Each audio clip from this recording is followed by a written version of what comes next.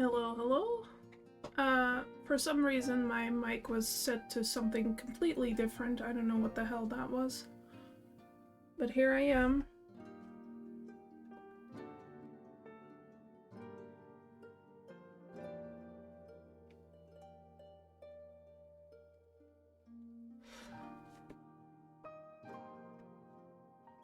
Welcome to the stream. I was just very quickly doing my taxes for some reason, because I got the itch. Oh, I was like, what the hell is that noise? But that's a waterfall I'm standing right next to. Alright. I know, right? Well, it was pretty easy, because it was, do you have something to declare? And I was like, nope. Because I haven't done any translation work in 3 months, so that was pretty easy.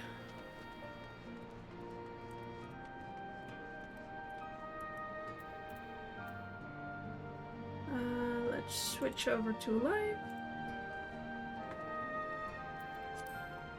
Alright.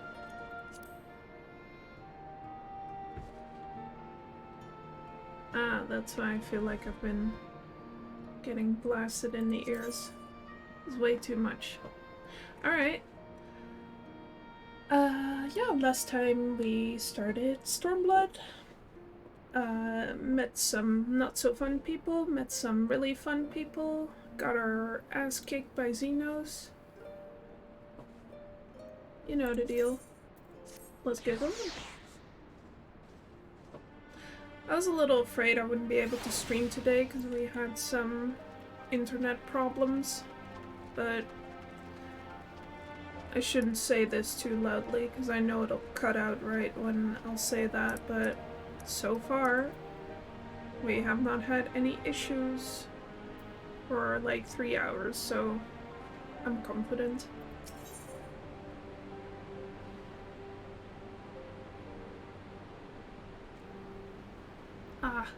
It's all connected.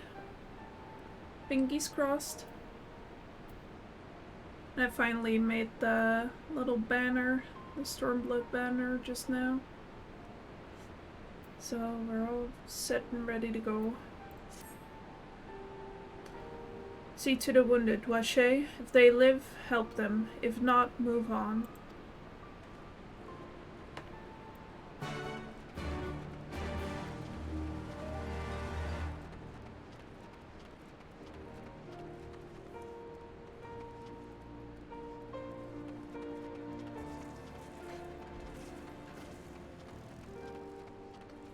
Yeah, and I do have this big, beautiful resurrection button, but you know, if you could just res anyone in the story, then everything would have no stakes, I think. So I think that should just be written off as a gameplay mechanic.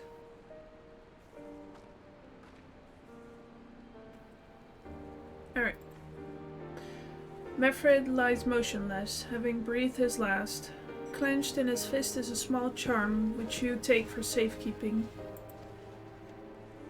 He was already cold when I got to him. There was naught I could do. That charm must have been important. You'd best take it to Conrad.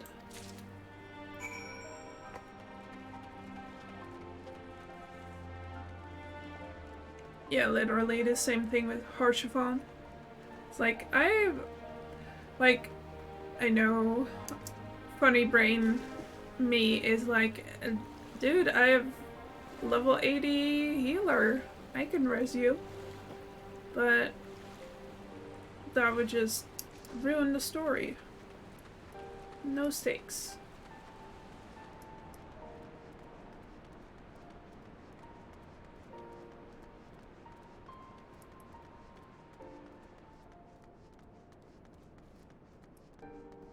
Some characters don't even need healers and they come back anyway. Ah! Oh no! Quickly taking a screenshot and sending that to Kalia.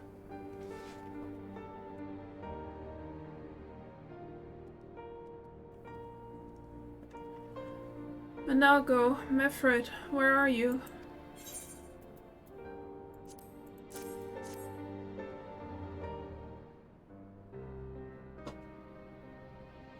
This is...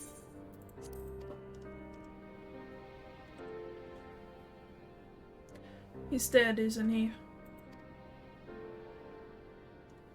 Mefrit was a warrior, always thinking about others before himself. He once had an Imperial patrol chase him nigh on 20 moms so that his wounded would have time to escape. His comrades loved him for it, of course, though that only made him worry more.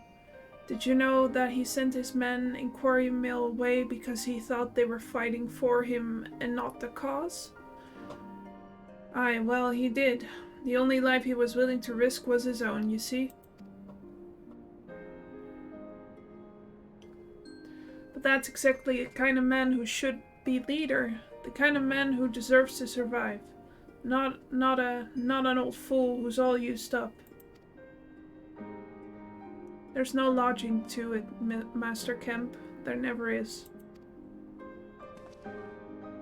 He who stands, who falls, in the heat of battle, we can but do our best, as he did. Mefrit will be sorely missed, aye, but because of his sacrifice, many now live who otherwise would not, and they need us, now more than ever.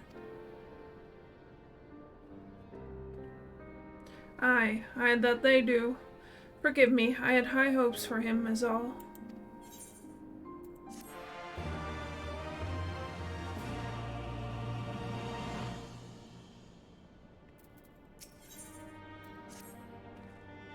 Our defeat was no near thing. It was total, a humiliation. We were powerless to withstand our enemy's assault. But we cannot afford to dwell on our failure. As Alphino said, it is those who survived whom we must think of now. Rugger's Reach is no longer safe. The Imperials may have withdrawn, but they could return at any time to finish what they began. We dare not remain here. Those who are not fit to make the journey to Castrum Oriens will need to be taken by chocobo carriage. Agreed? Good. I shall oversee preparations for the carriages. In the meantime, I would have you scour the infirmary for any supplies that might prove useful during the journey.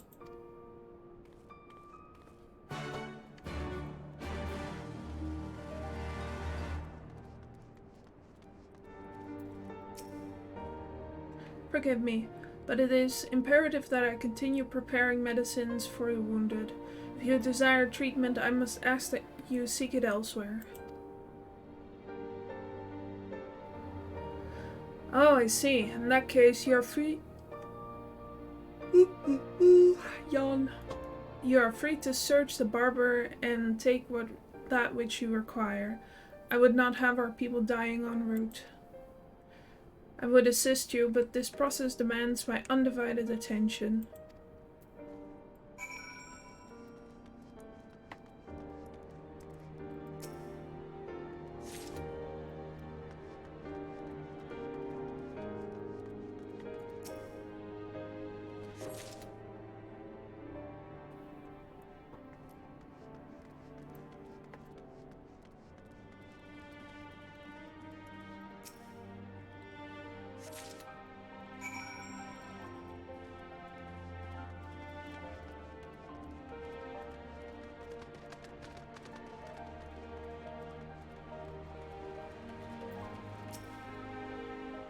Lieutenant Momefeu, Marshal Tarapin said you might have something for me. Medicine. 12 be praised. This should put the driver's heart at ease. Tell the Vice Marshal we await his orders.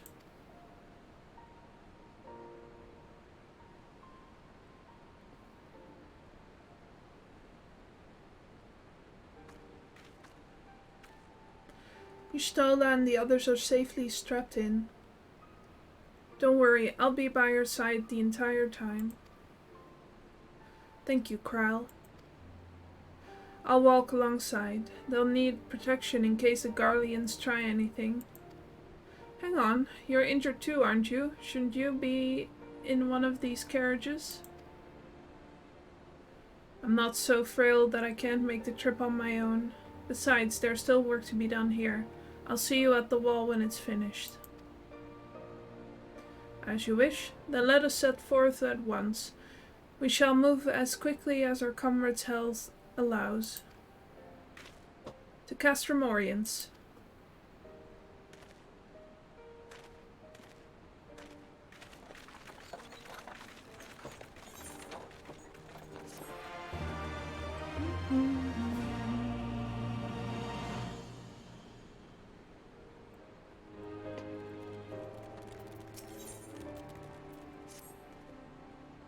You saved a good many of my men, and I cannot thank you enough for that.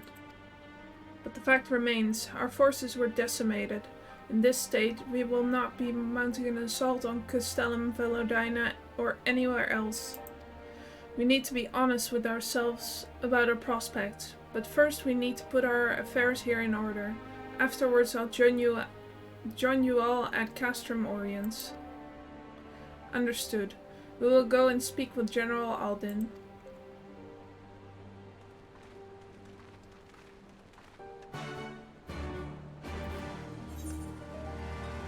Oh, he's still here.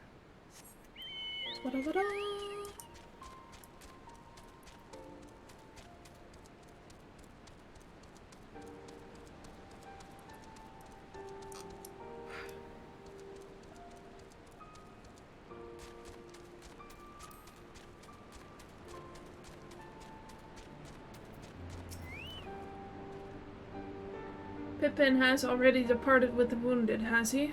Good. We have completed our search of the Reach and the surrounding area. As far as we can tell, Xenos and his men returned straightways to Specula Imperatoris after quitting this place. It would seem he's lost interest in us. Which brings us to the most troubling question of all. Not how he found us, but why he chose to spare our lives having done so.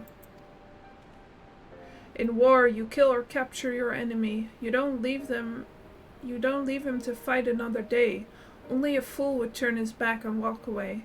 But Xenos is no fool. Whatever his motive, this is neither the time nor the place to think on it. I will leave a token force to watch over the Reach. The rest will fall back to Castrum Orients. We can discuss our path forward there.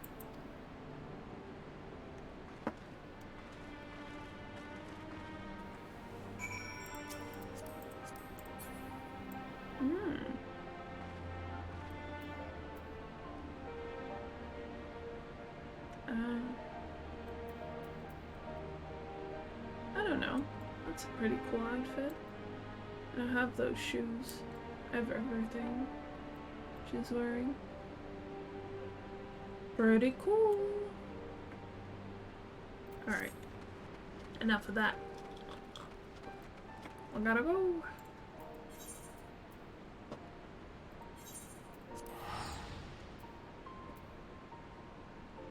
Hehe.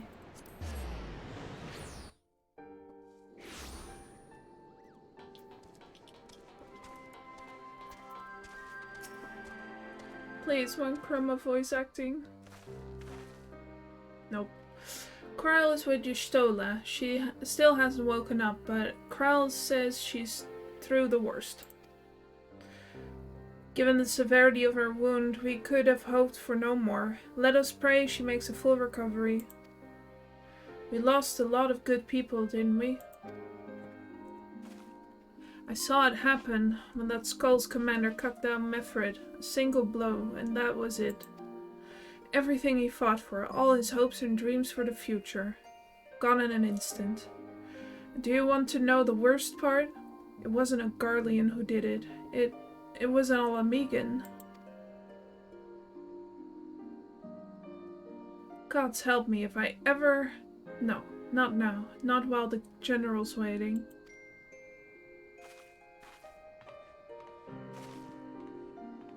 Oh, Lise.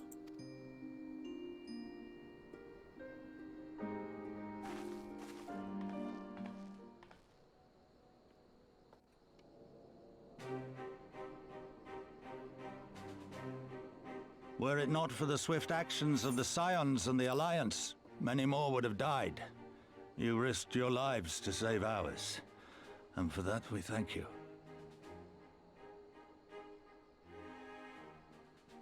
There is no need for thanks. We are allies, are we not? Aye, just so. Let us not dwell on this tragedy, but look to the future. The future? I'm sorry, General, but there is no future for us. We've lost too many. Gods, I can still see Mefrid with that woman standing over him. They've ripped the heart out of us, General. They've broken us. Our fight is over. Master Kemp, please. I'll always hate them with every fiber of my being. For what they took from us then and now. Our homeland, our freedom, our bloody children. You mean the Skulls? The youths who fight for Xenos? Grania Lupi, the Black Wolf's legacy and our shame. A unit made up of children born to Alamegan dignitaries who came of age during the occupation. Sons and daughters of Gir Abania, raised to be proud citizens of the Empire, with all the rights and responsibilities that entails. It'd be easy to curse them and call them traitors, but they're our children. Our flesh and blood. If the only way to forge the future we want is to cut down our own, then... Then what was it all for? Nargo? What will you say to the families of the fallen? To the mothers, and the widows, and the orphans? Will you tell them it was all for nothing? Listen to the girl. We dare not suffer our comrades' sacrifices to have been in vain. Now is the time to steel our resolve and press on, painful though it may be. And when Xenos comes back with his army, what then? This isn't the first time, you know. You'll be hard-pressed to find men brave or stupid enough to face him again. I still can't believe how strong he was. He humiliated us back there. The Warrior of Light included. Gods help us if he's next in line to the Garlean throne. Loath though I am to say it, we should not be surprised. Before succeeding Van Baelsar in Alamigo, Xenos led the Imperial army to Doma, where he crushed the rebellion utterly. As a matter of fact, Doma remains in his charge to this day. Suffice it to say, Varys' heir is a peerless warrior and an accomplished general. The question is, how are we to contend with such a foe?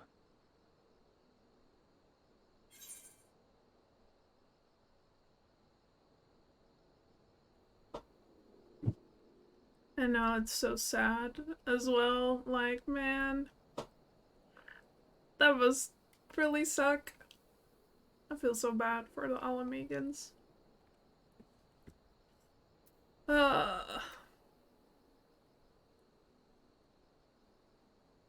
We take the fight to Doma.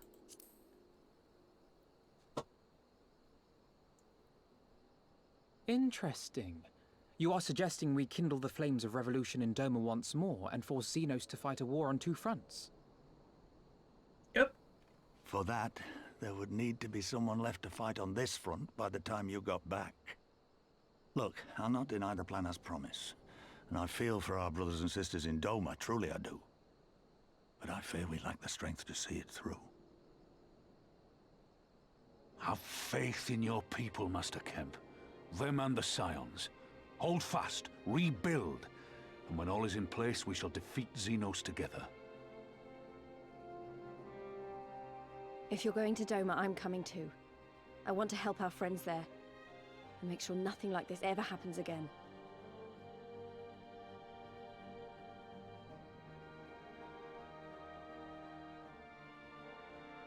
Give us the time we need, and we will give you something far greater.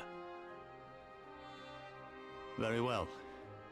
For all you have done for us, we will fight on. But be swift, comrades. Alamigo has suffered enough.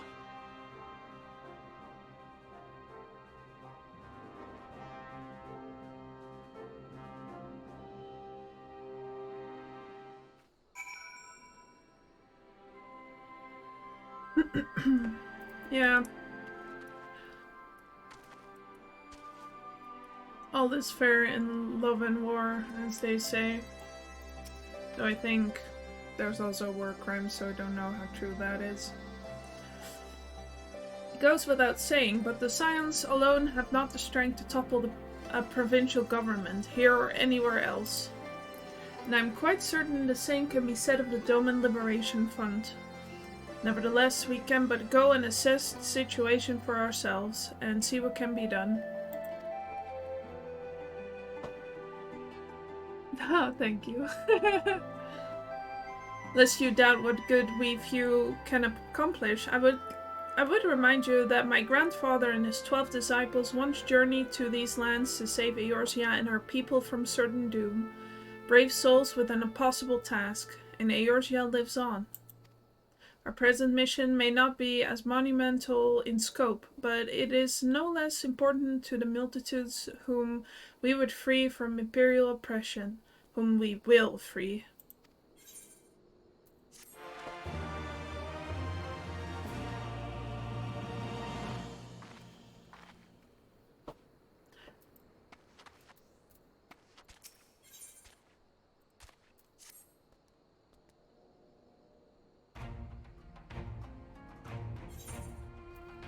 Where men go as one, there is life, and where there is life, there is cause to hope. Our grandfather believed that, and so do I. But before we can forge ties with our friends in the Far East, we must first find a way to reach them. Althard is not exactly over the river and through the woods. I am one step ahead of you, dear sister, or rather, Tataru is. But before we discuss that, there is another issue I wish to address. Much as I would like it if we could all make this journey together, someone will need to remain to serve as liaison to the Alliance and the Resistance during this critical period. Moreover, as Y'shtola cannot be left unattended, then I should obviously remain. Very well. Issue addressed. You know, Alphino, it would have been quicker to just ask, and markedly less patronizing.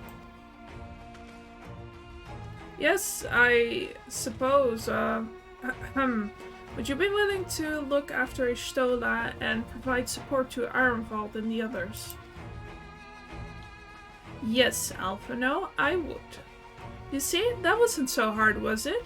Enjoy your trip, and don't you dare return with a gift. Oh, I wouldn't dream of it. Right then, Sister, Dwache, Lise, gather your things. We are for Limsa Laminsa.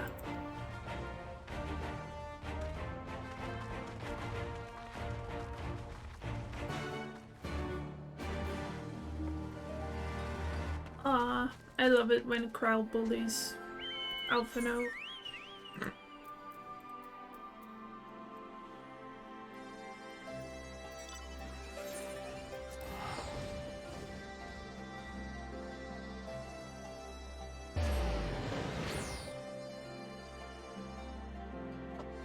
You have to admit he's a little bit bullyable. Busy night.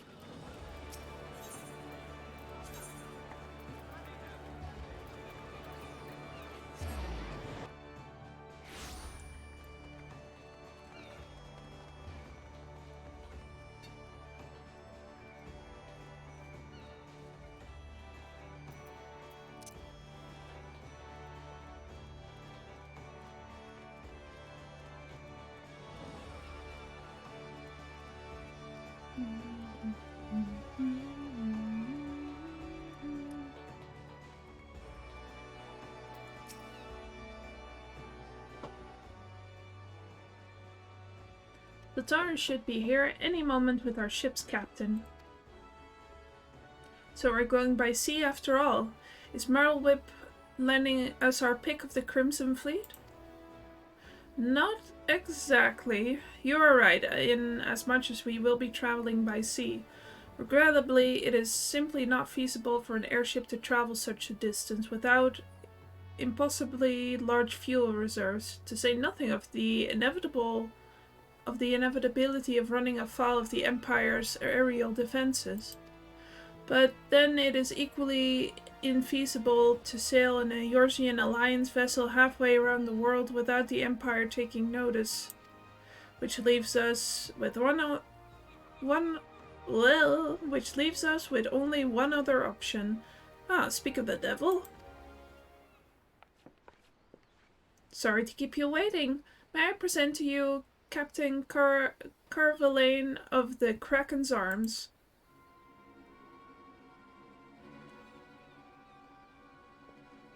The Kraken's Arms? Don't tell me you've made a deal with pirates. Greetings and salutations, Scions. I take it from your comrade's tone that you no longer wish to proceed with our proposed arrangement. Not at all, Captain. Pray forgive my sister her outburst. She has ever been one to speak her mind. I, on the other hand, am the very soul of discretion, as many well-respected personages would attest, from the offices of the Admiral to the high houses of Ishgard.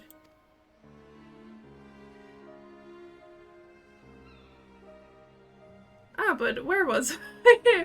Oh my god! He's such a nerd. Oh yes, the Scions of the Seventh Dawn do indeed still wish to employ your services. However, it is important that you are aware of certain extenuating circumstances.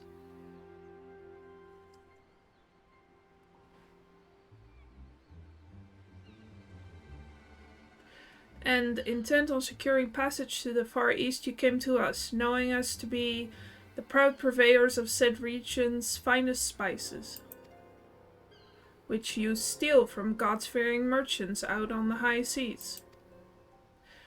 Whatever privateering the Kraken's Arms may or may not engage in is strictly within the limits of the law, as set forth by our indefatigable keeper of the peace. More to the point, we are pragmatists. I see considerable risk in aiding your cause and negligible profit.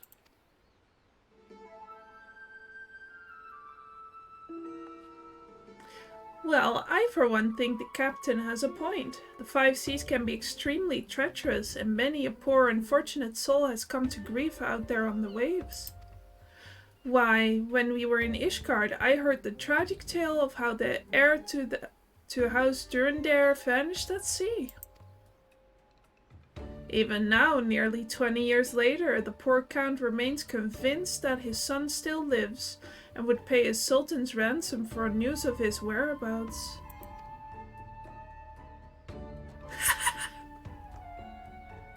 Got him. Ha ha ha ha ha. Truly a tragedy for the ages, and a testament to the misfortunes that may befall us should we act without due consideration. But so long as you are prepared to abide the capricious whims of fate, I am willing to oblige you this once. That said, in light of the recent rebellion, I trust you understand that I cannot deliver you to Doma itself. I can only take you as far as Kugane, in Hingashi. We will require time to procure sufficient provisions and make ready for departure. I humbly suggest you do the same.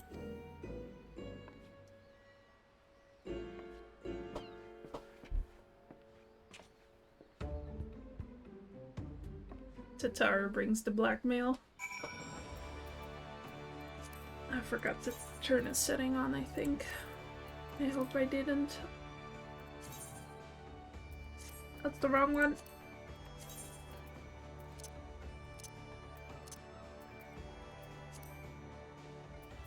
Don't wanna skip that. Suddenly, all those hours Tatari passed cavorting and capering at the Forgotten Knights seem rather better spent, do they not? That said, I had intended to press the point more obliquely, and there was something disconcerting about the pleasure Tatara took in making Captain Carvalane squirm.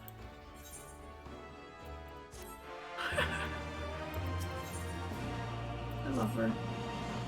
I say we should heed the captain's advice and attend to our own preparations while they ready the vessel for departure.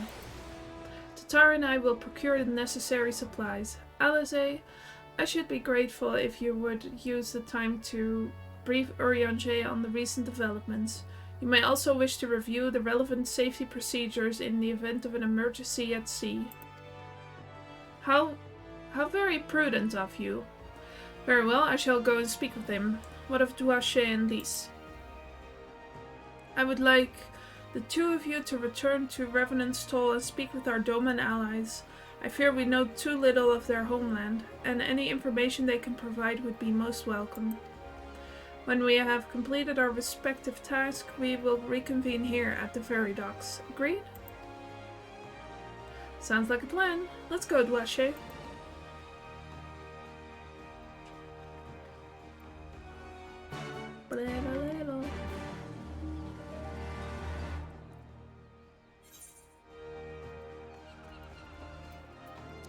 Run, run, run.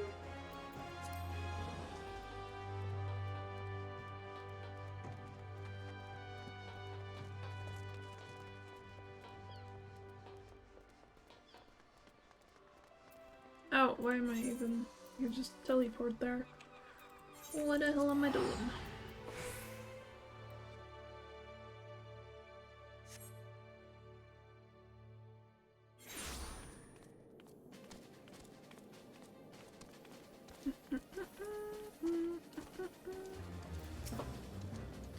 Well, here we are.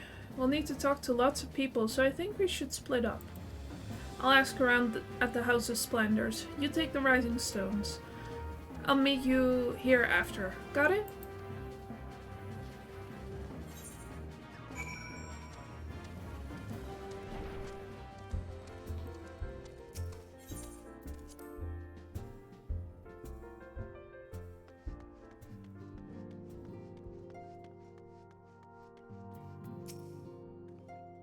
Greetings, Duache. What brings you to the toll this day? What? You are for Doma? Heavens, you scions have shown us naught but kindness, but never in my wildest dreams did I imagine you would fight for our homeland. For 25 years we suffered under their tyranny, and then we spied an opportunity. The Emperor dead, Garlemald in chaos. It seemed the time was ripe. Beneath our Lord's banners we gathered and fought to reclaim our nation, but when Xenos arrived with the 12th Legion, it was over in an instant.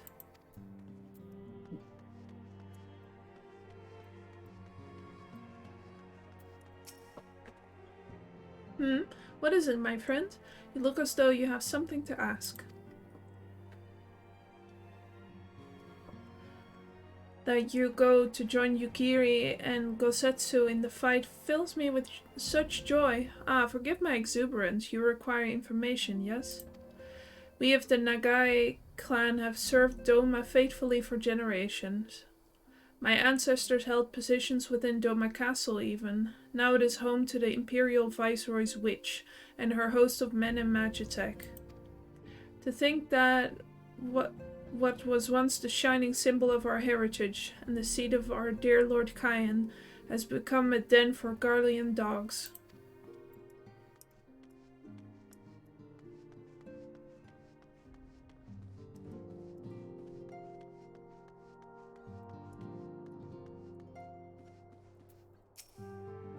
You are truly planning to travel to Doma? I do not know what to say. Forgive me. I shall aid you to the best of my abilities. Ours is a beautiful land, nestled on the eastern coast of Othard. Along the banks of the one river, our nation thrived, proud and free, until the Garleans came 25 years ago. The river was our lifeblood, free to travel and to fish, but travel was soon restricted, and now the river belongs to none.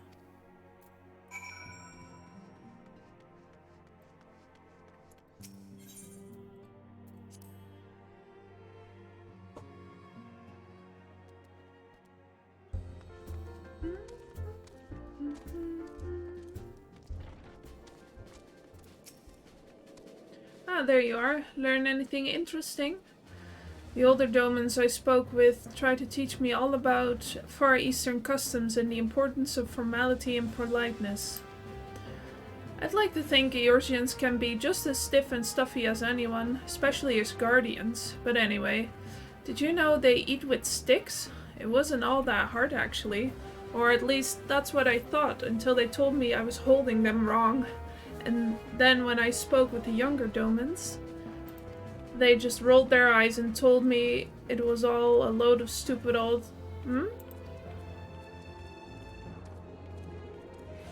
Whoa. What you learned sounds a lot more useful. Unless someone invites us to for dinner, of course. I hope they do.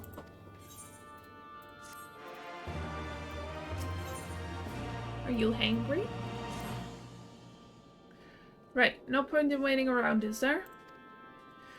We should head back to Limsa. Alphinaud said to meet at the ferry docks, I think. Yeah.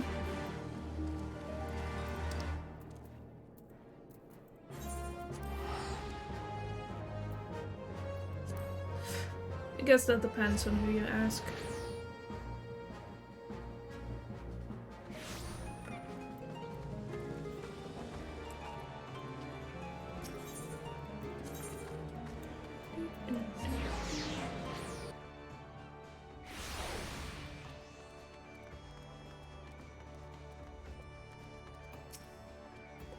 You are returned, Tuache. I trust you learned much from our Doman friends in Revenant Toll. I'm eager to hear all, though that can wait until we have left port. We will have enough to talk on our journey to Kugane. Our spice trading friends have completed their preparations. Assuming you have completed yours, you may inform the deckhand that we are ready to depart.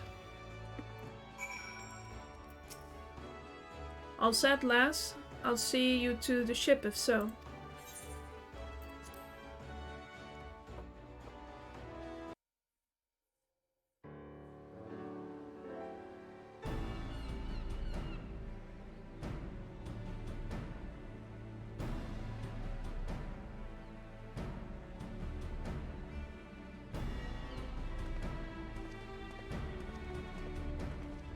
"12 be praised. Full sure was I that I had come too late." Urianger! Tell me you haven't come all this way just to see us off. Nay, my lady. Ere you quit these shores for eastern climes, I wished to share some words of seeming import. Look ye where the sun doth rise. See crimson embers, darkening skies. Look ye where the sun doth fall. See azure lost amidst the squall.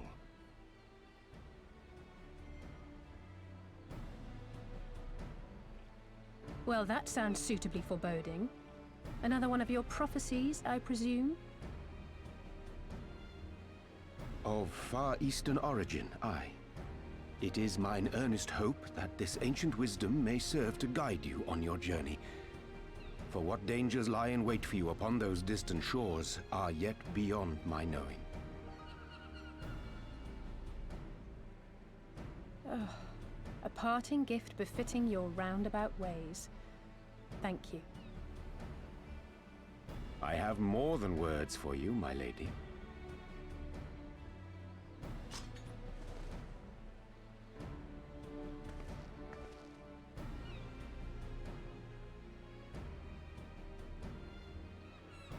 It's beautiful. Is it for me? Though undeniably powerful, your ethereal blade taxeth you greatly in the wielding. Not so this rapier, which shall serve you just as well against all but the most formidable foe. Impressive. It feels as though it's attuned to my ether. I shall treasure it.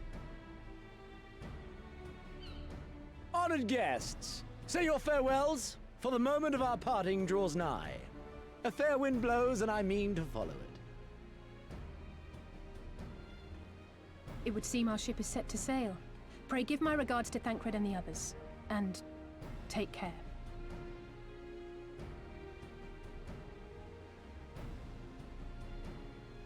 I love this weird uncle.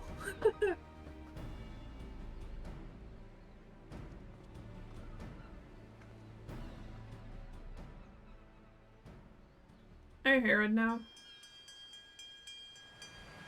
Carvalane has the same voice actor as Xenos. I was like, hey, hold up, I know that voice.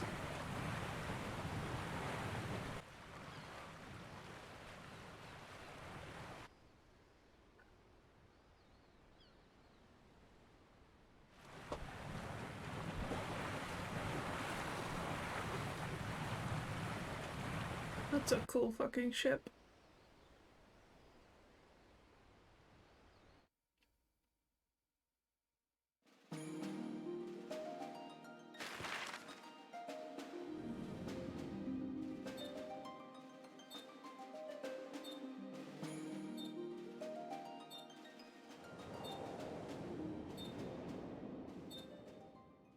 Ah, we're going down a purple. Ah.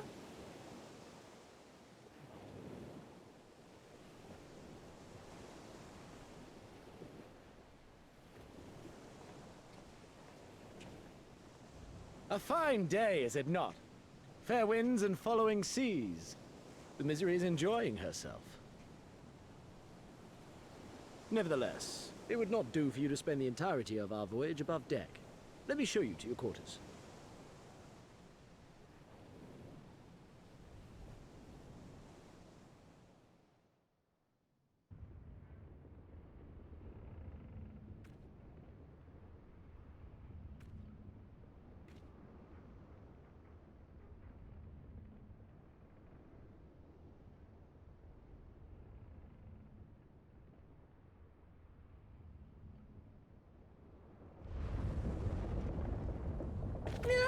Is it supposed to do that? Not under normal circumstances.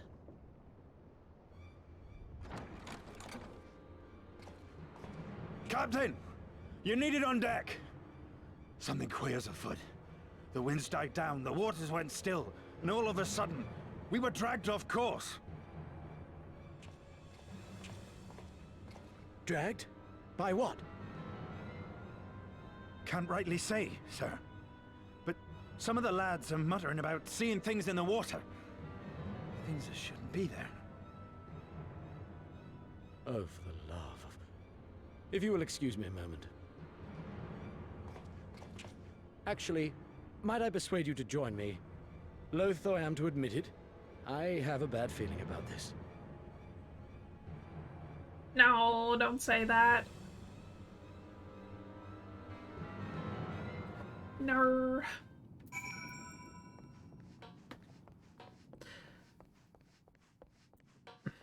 Hey, guy.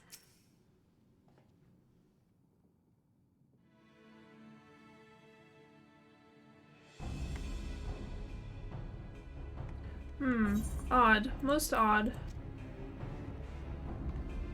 Well, do you have any idea what's going on? No. As the men said, despite the absence of wind and current, the Misery is somehow being pulled off course. Well, why not fire up the ceruleum engines you have hidden below? An excellent suggestion based on knowledge you should not have. Alas, our engines appear to be malfunctioning for reasons that escape my engineers at the present. Telling you, Captain, is them things the lads saw. Things? I don't suppose I could convince you to attempt something more descriptive. An adjective, for example. Sea-wolf superstitions and fairy tales, not more. But if you must know, the things which he is so reticent to name are the souls of deceased women said to lure sailors to their deaths. Preposterous! Yes, indeed. If it is neither the sea nor the weather which is responsible, then it is probably a predatory entity of some sort, perhaps a siren or some such. For all we know, it could be a fellow spice trader employing magics to seize and plunder passing vessels. Regardless, we have but one recourse, to let the current take us where it will and deal with whatever we find there. Yes, ma'am. What a thoroughly pragmatic solution. Oh, I'm beginning to like you, girl. I assure you the feeling is not mutual. Alice, you can't just say things like that.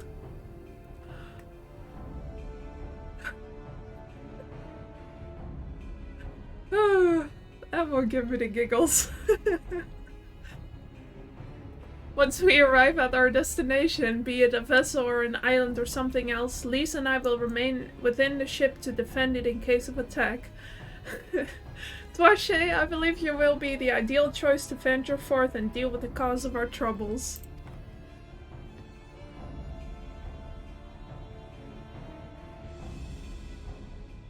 Then it is settled. I know not what awaits us, but it will rue the day it reeled us in.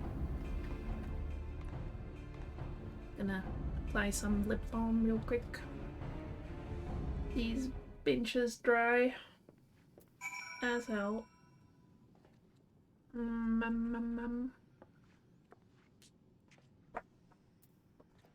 Alright.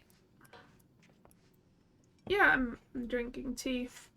But for some reason, like, the last couple of days, my lips have been really dry all of a sudden. I don't know why. Alright, let's get going to the Siren Song Sea. Oh, instant duty pop. Hell yeah, brother. Come on.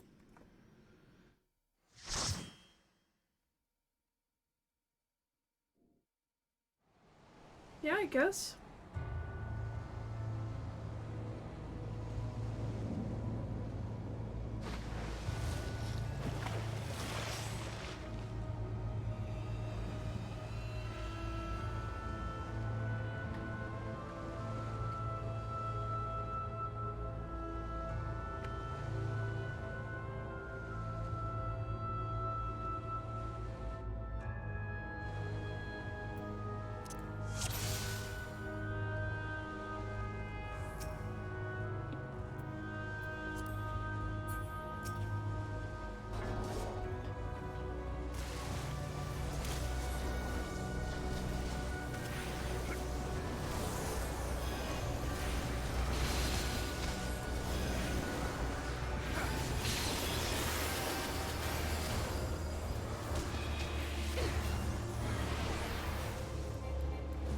This shouldn't be too much trouble since we have a warrior as our tank.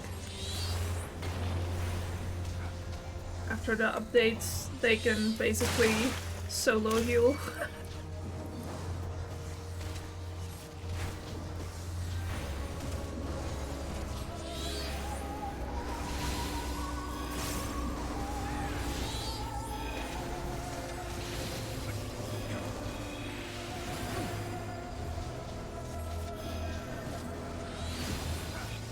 See, I've not had to heal him once.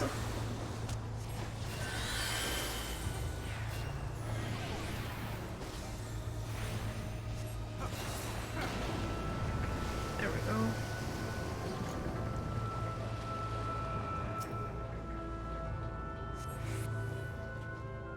Oh.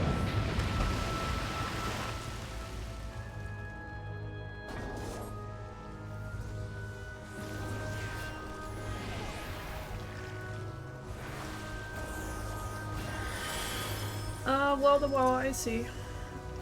Ay ay ay.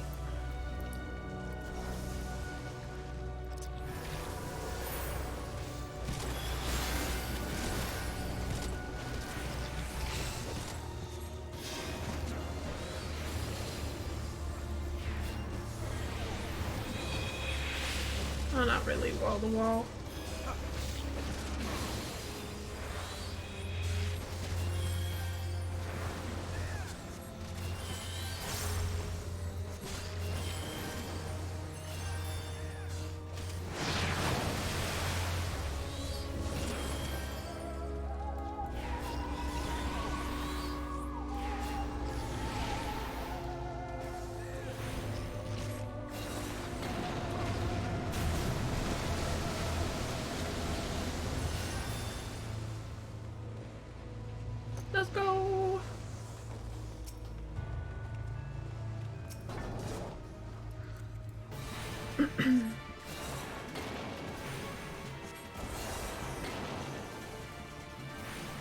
No, that's the wrong button.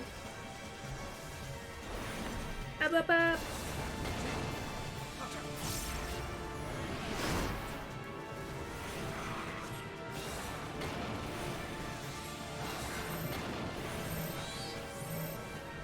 Oh yeah, that means get in.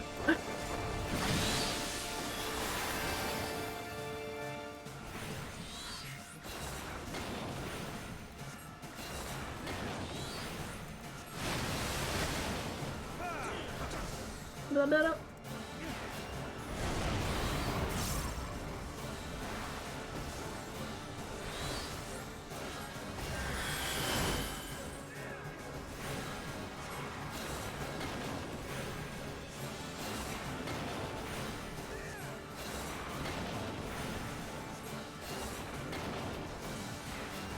I'm glad you're enjoying the music. If you are.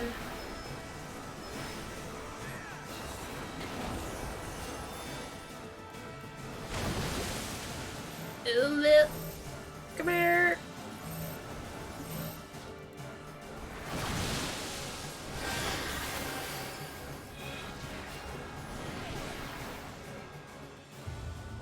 There we go. Yeah, let me just put the regen on you.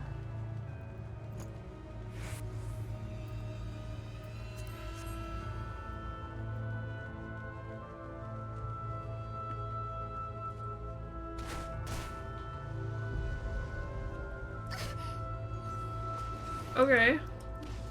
Sorry.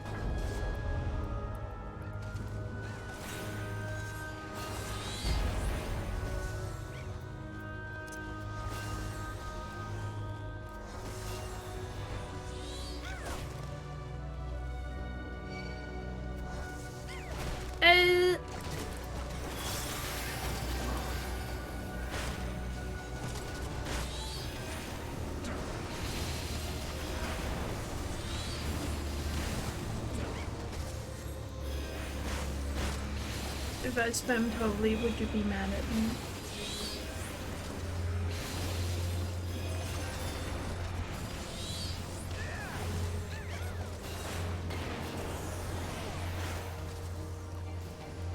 What is happening to your health?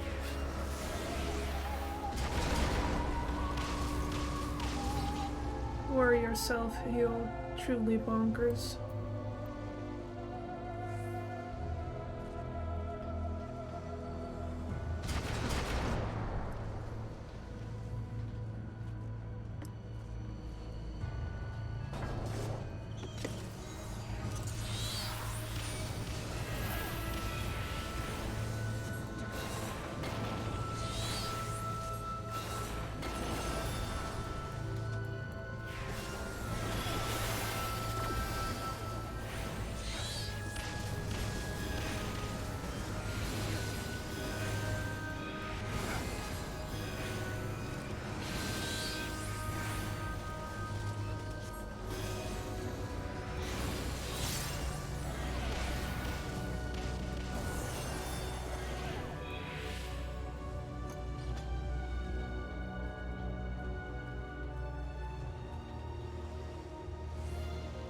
And for Big Nasty.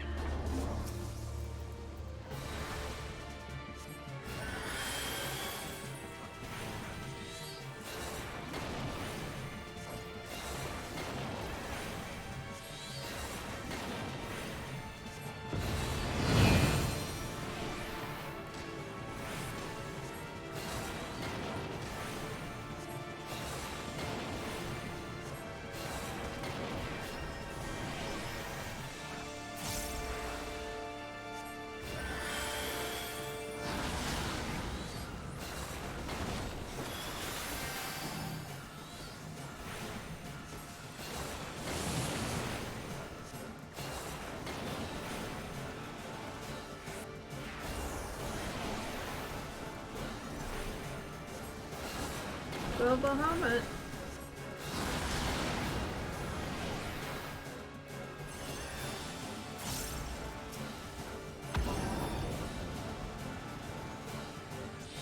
Oh, come on now. What are we doing?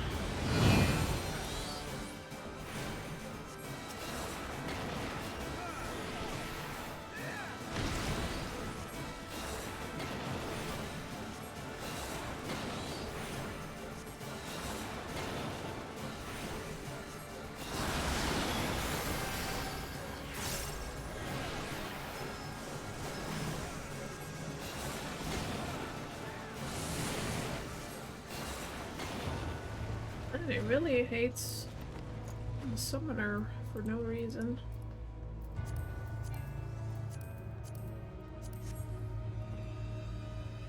Shut the hell up about my client.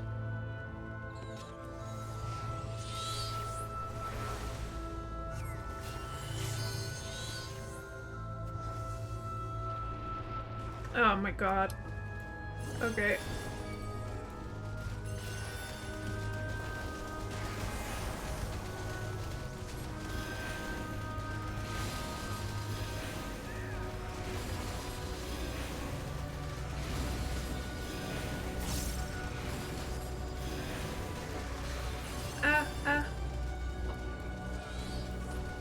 Let me keep healing up.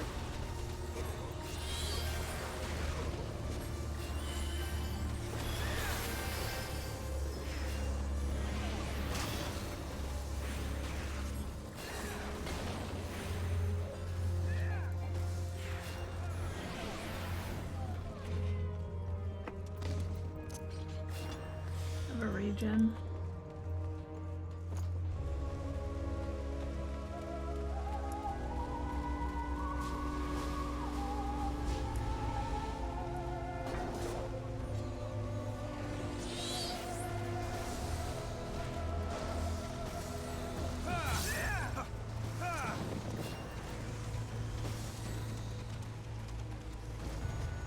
Oh, what are we doing? Oh, okay.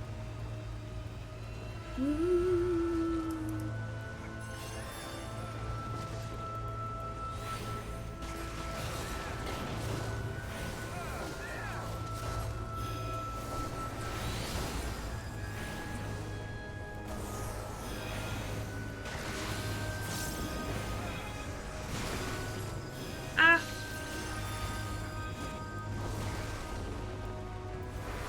Oh my god. I'm panicking. No reason.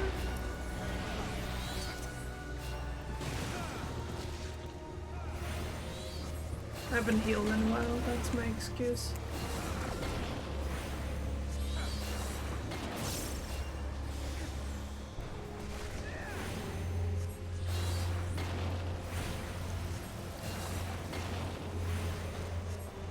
Yeah, the hard part's already over. The boss is basically a shoo-in.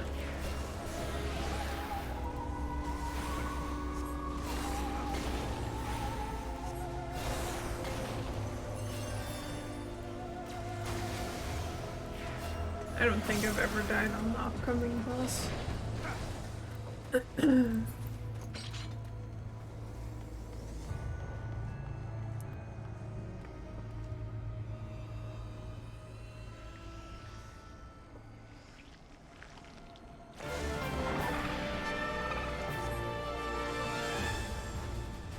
Siren.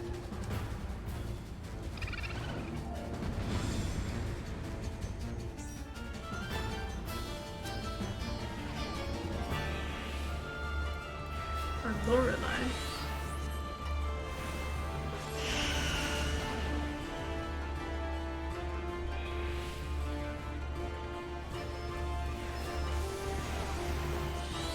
Enjoy dolphin noise.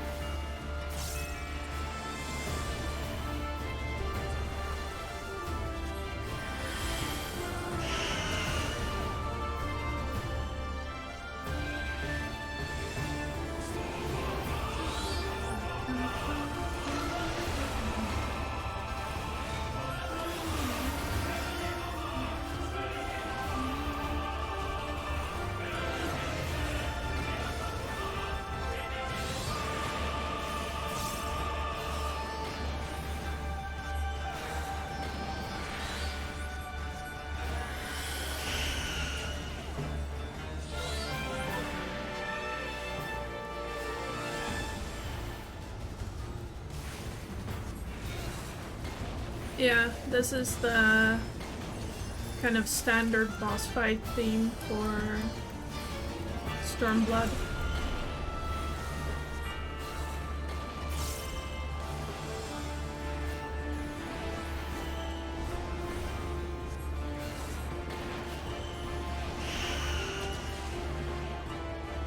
Oh, I forgot.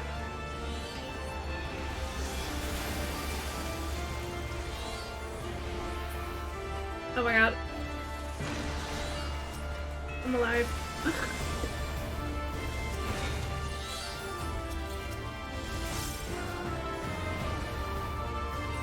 Oh. Just a bit laggy. There we go.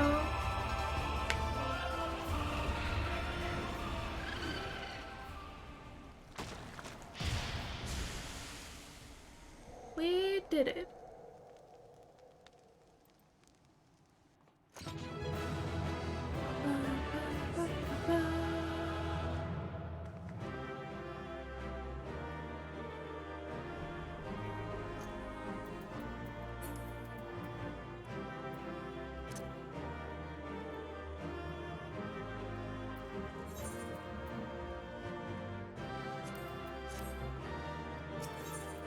There we go. Done.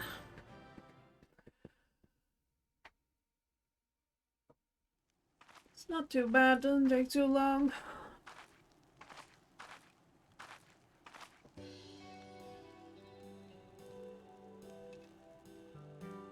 Thank the 12! Voice acting. Thank you.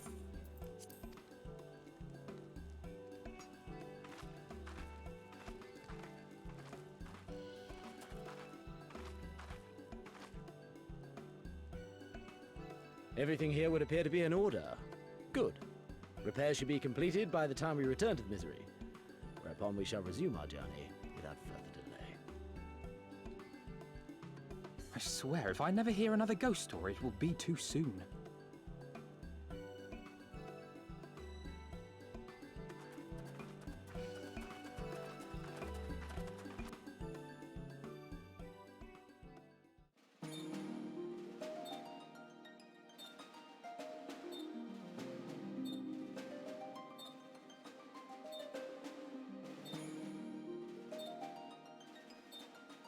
He's so small. Truly baby boy.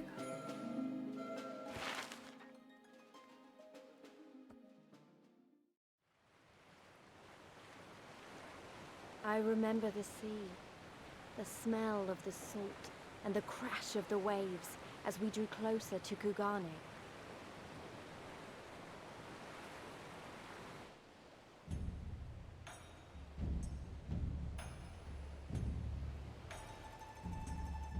Oh, so beautiful. The only port open to outsiders in Hingashi, across the Ruby Sea from Othard, from Doma.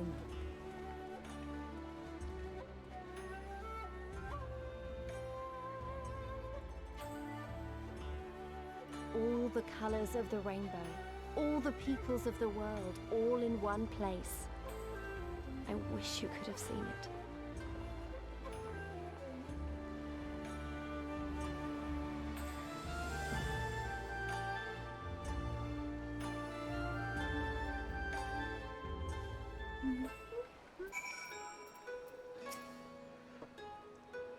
Congratulations, you now stand in Kugane, the western port of Hingashi.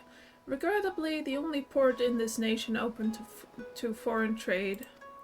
Oh, and I do apologize for the unforeseen difficulties which befell us during our journey. Needless to say, your assistance in overcoming them was much appreciated.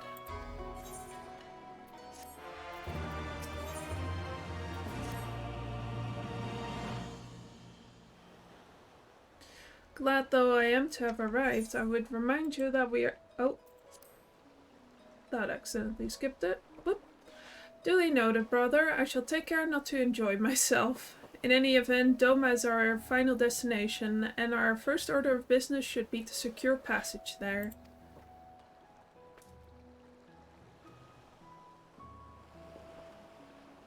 Captain Carvalane, I realize you pledged only to take us as far as Kugane, and I have no desire to change the terms of our agreement.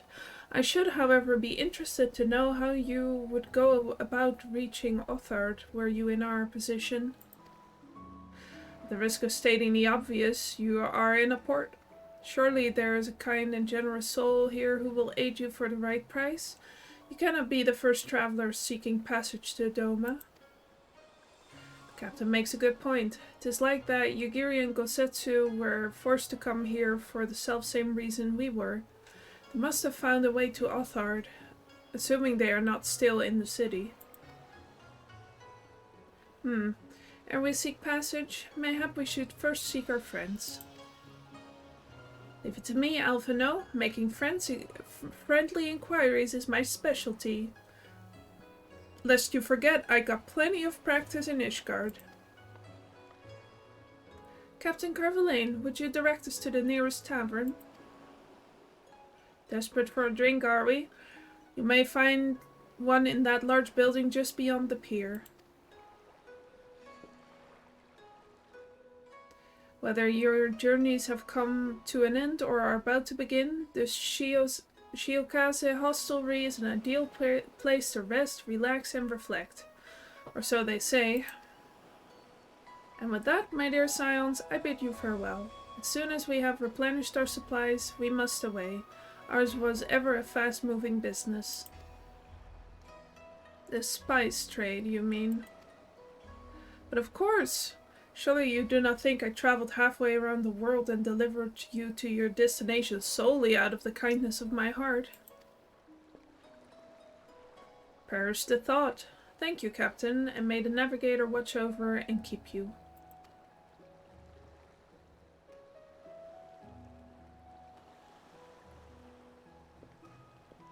Bye. Right then, to the hostelry? After you.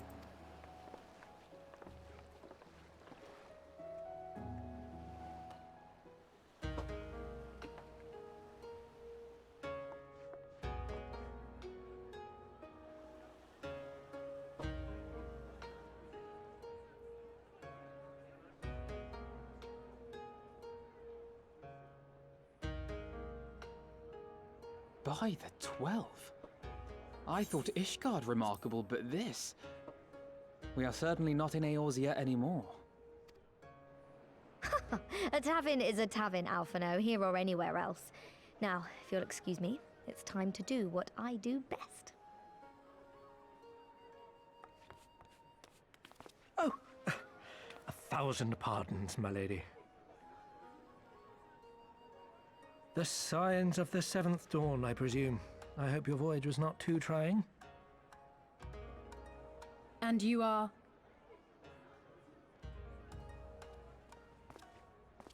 Ah, yes, of course. Forgive me. Hancock of the East Aldenard Trading Company, at your service. On behalf of Chairman Lolorito, I bid you welcome to Kugane and invite you to take refreshments at our local offices. Lolorito? I was aware his interests extended beyond the borders of Eorzea, but not so far as Kugane. Regardless, I am disinclined to accept the hospitality of grinning merchants, especially those who serve a master with whom we have such a difficult relationship. My, such naked suspicion. I do hope that business with the Crystal Braves did not rob you of all faith in your fellow man. Or do you really think the chairman is plotting to drag you into another one of his grand schemes? I beg your pardon? If you are trying to win my trust, you are failing quite spectacularly. Oh dear, have I offended you? Once again, I must apologize. Too much time in the Far East, you see. One is compelled to talk in circles round everything here, and one finds oneself longing for the invigoratingly candid speech of the Uldan markets. Though I see now that this was neither the time nor the place to indulge said longing. Might I suggest that we continue this conversation at the company offices? Too many eyes and ears here, you understand. 'Twould be decidedly reckless to say any more. guitar starring If I may favour holes you in with his the back. invigorating candy you apparently crave, it would be decidedly reckless to follow a man I neither know nor trust. Give me one good reason why we should accept Lord Lolorito's invitation. Now there's the young diplomat I was told to expect. Very well then, I shall explain. You understand that you are come to a most reclusive and secretive nation, yes? One whose borders are closed to foreign trade save at this single port. Then it should come as no surprise that a great many parties have vested interests here. Merchants like myself are a given, of course, but for every one of us, you may be certain there is also an agent of a foreign government. Many notable nations and empires have embassies here, you know, including, of course, the Garlean Empire, with whom you have such a difficult relationship. To paraphrase, Kugani is teeming with Imperial spies, one or several of whom could now be listening to our every word. Something to that effect, yes. Beneath this veneer of bustling trade, a war for supremacy is being waged between world powers. One might say we were standing on the front lines, just not in public. I still have my doubts, but he may have a point. I say we accept his invitation for now.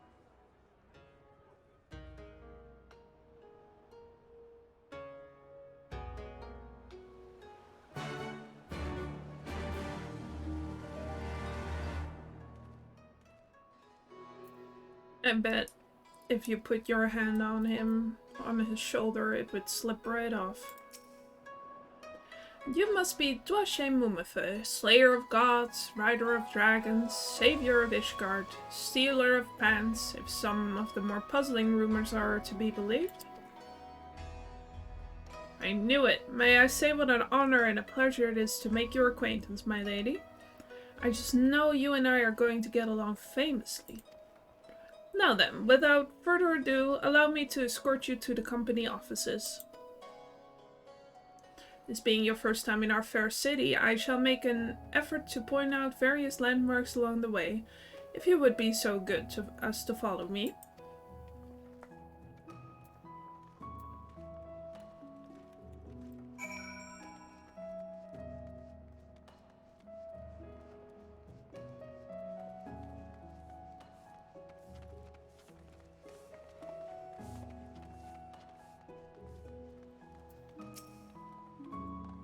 Everyone, if I could have your attention, please. You are now standing in Ten Konto.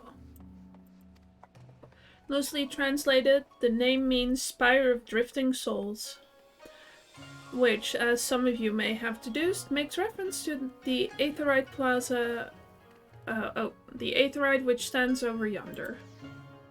The design is markedly different from those of Charleon, yet I trust its function is identical?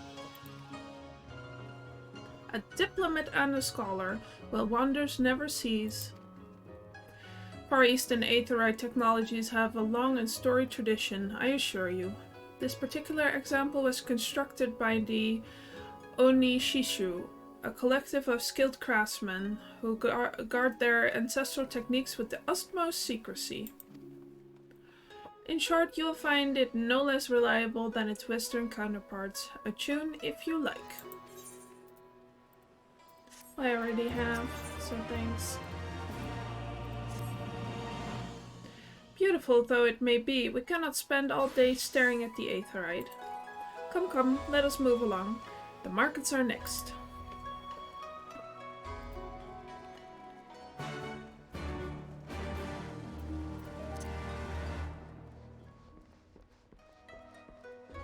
Zoomies.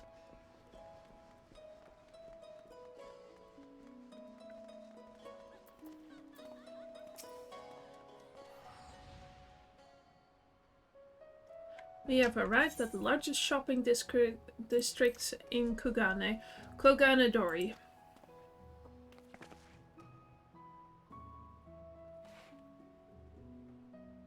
Kugane, as you are doubtless aware, is an ancient Hingan world for gold.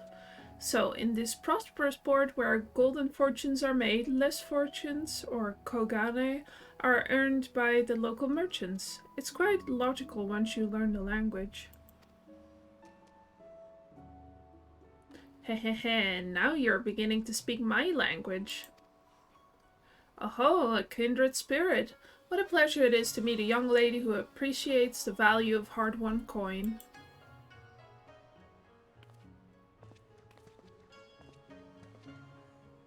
Hancock of the East Aldenard Trading Company. You are with clients today? Why, if it isn't Master Kaiten. Pray allow me to introduce to you my esteemed guests, but recently come from distant Eorzea. This kind and generous soul supervises all transactions here in Koganadori. Your sincerity is ever appreciated. As he says, I am the Kaiten of the Hakuchi clan, and it is my honor to serve as overseer of these markets. As we receive many foreign visitors in Kugane, we accept all manner of currencies. Rest assured, your Eorzean Gil are welcome here. I invite you to peruse our wares at your leisure.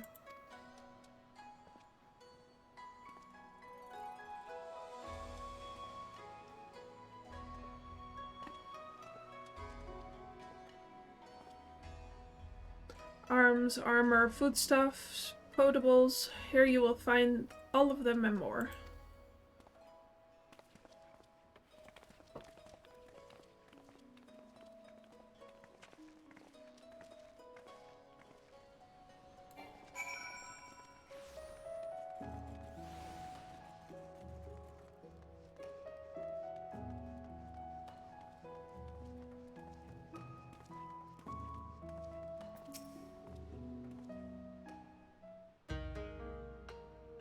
We may pause here for a moment.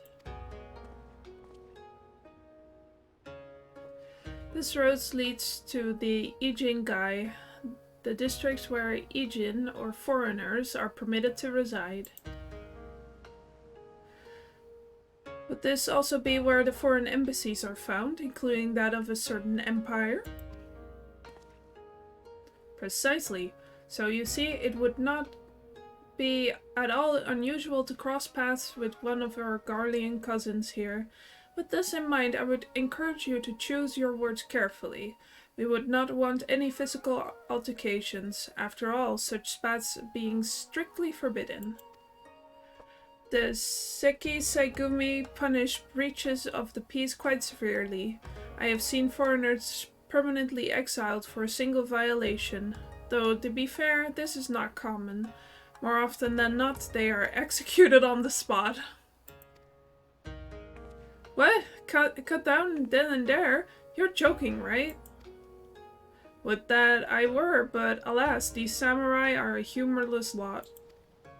Why, I recall one instance when a foreign merchant in his cups dared lay a hand upon a Hingan aristocrat in front of a Sekisagumi. The samurai cut him in half with a single stroke. Ah, I don't even want to think about that. So you see, it would behoove you to behave. Failing that, we may be forced to part ways with one another, or you with yourselves, in the manner of the late Teleji Adeleji. Yeah, that's the guy that Roban cut in half.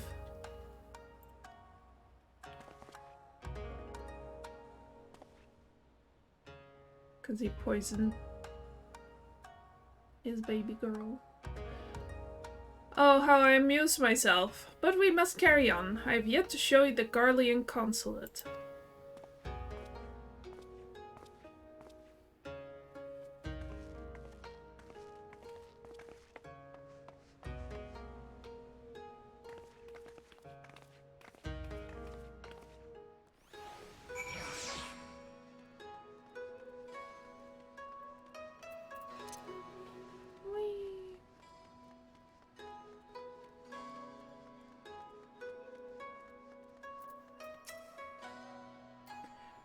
This, as you may have surmised, is the consulate of you-know-who. Mark the guards at the gates. Are their uniforms not different from those you have seen in the West? Were you to travel far and wide, you would find that many such variations exist, often inspired by local designs. All of which goes to show that even a massive empire seeking to rule all of creation is not without its artisans.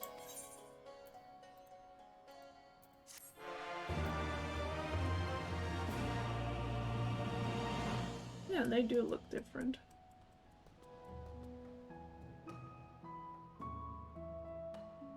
Still with the weird helmets though. There is also much more I could speak of. The soothing waters of the onsen, the ephemeral delights of the pleasure district, but you are doubtless still weary from your long sea voyage. Let us retire to the company offices.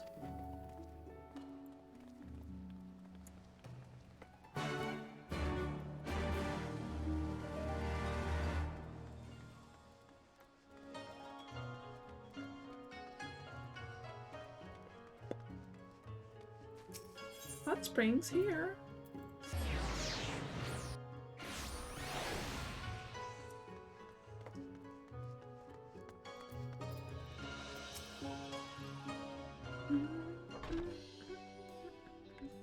At long last, we arrive at our destination. May I present to you our humble offices?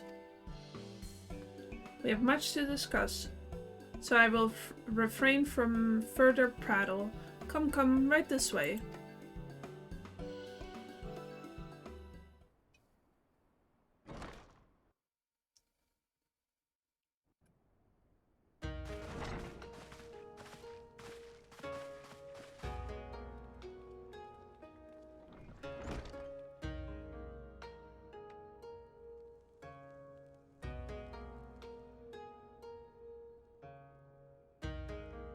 Our thaumaturges took great pains to ward these walls against all manner of surveillance. Where business dealings are concerned, we do not compromise on confidentiality. You may avail yourselves of these offices for the duration of your visit. Come and go as you like, and know that you may speak freely here. Your offer is most generous, but I will not enter into any agreement which would leave us beholden to you or your master. A legitimate concern. Allow me to clarify then.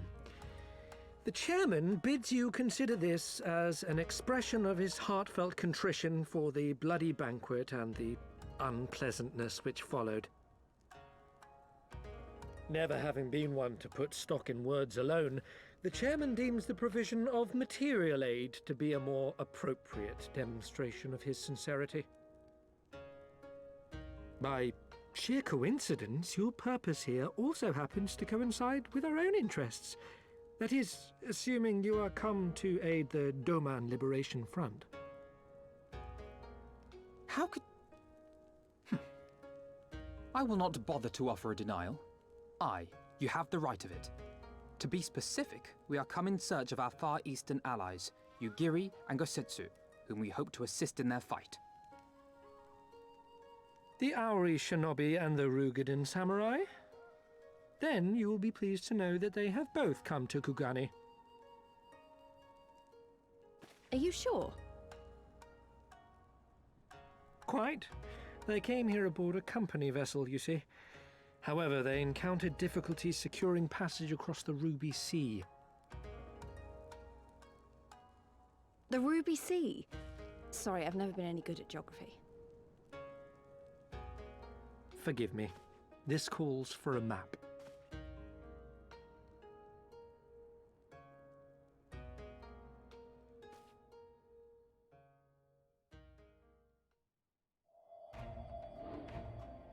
We are here in Kugani, the sole open port of Hingashi, situated on her western coast.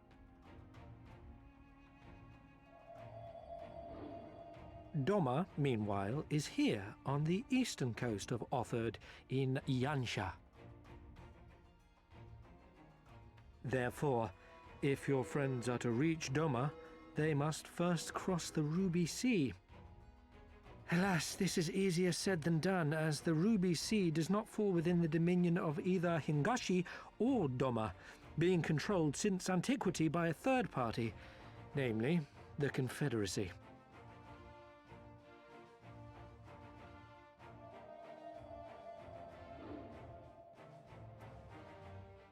Said maritime collective is known for the consummate skill of its sailors, and for demanding that any vessel entering its waters pay a toll referred to as the Ruby Tithe.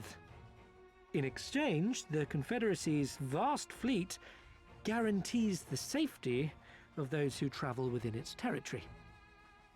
Now, as I'm sure you are aware, Garlemald conquered Doma some 25 years past, at which time the Empire saw no value in controlling the Ruby Sea, and thus did they turn a blind eye to the activities of the Confederacy.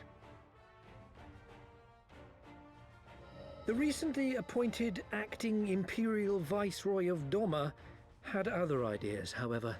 She has formally condemned the Confederacy and declared that any who recognize their authority shall be branded enemies of the Empire. Bowing to this pressure, Hingashi severed ties with these toll-takers and forbade the payment of the Ruby Tithe, prompting the Confederacy to make it known that any merchants choosing to sail the Ruby Sea would do so at their peril.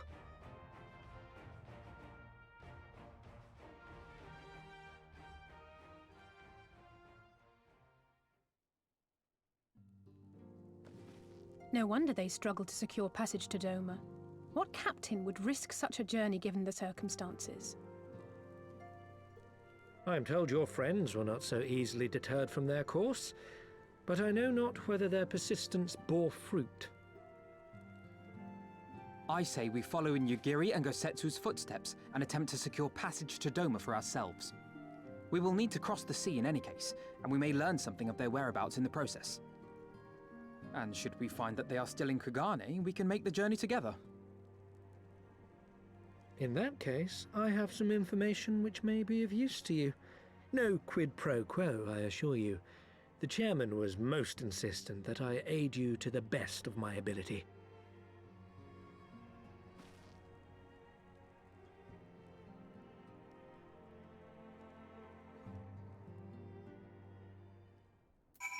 Boy, oh boy. Though I am reluctant to take any action whatsoever that could be construed as placing ourselves in Lord Lolorito's debt, we must avail ourselves of what means are available. Our Alamegan allies place their faith in us, and I do not intend to disappoint them.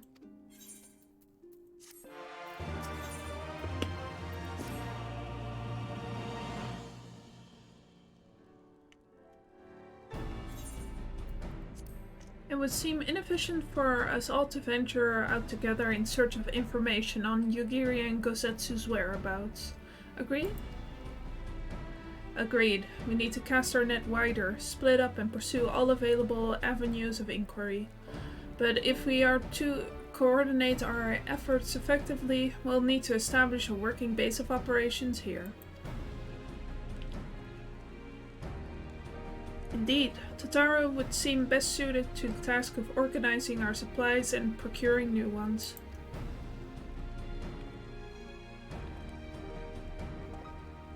While she attends to that, we four can begin our search by questioning the individuals Hancock identified. Alice and I will take those in the southern districts of the city, and you two can take those in the north. In anticipation of just such an eventuality, I took the liberty of preparing some few sketches of Yugiri and Gosetsu during our voyage. Oh, my little artist! Beautiful! Wow! You still warned me that you were a bit of an artist, but these are great! They'll definitely come in handy.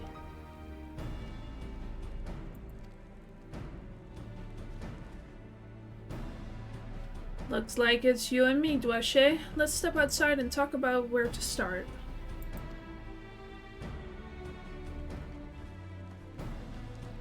Oh, he's my little Renaissance man.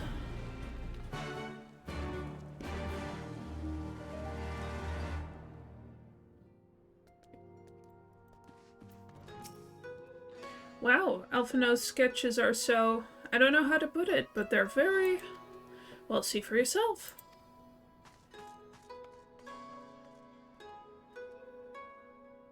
You may view it at any time. Thank you.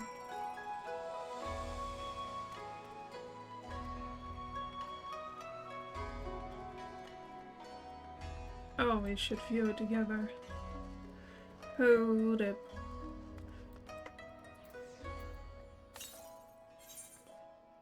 Wow. It looks more like them than they do. Honestly, you could make a living doing this. Ah, sorry. No time for distractions. Why don't we start by visiting Karaku at the Onsen. That was it.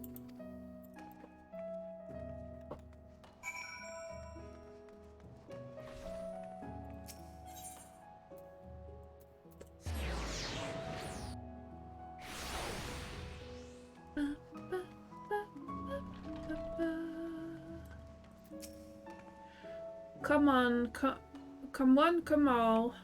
Burns, cuts, embarrassing rashes, there's not that the mystical waters of the Bokaisen hot springs cannot heal.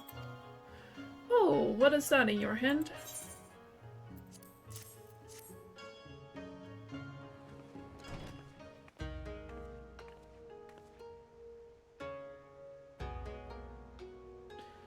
You seek this aura and this Rogadin, do you? 1,000 apologies, but I cannot help you. It is against our policy to divulge information regarding patrons past or present. Please, we came all the way from Eorzea to find our friends.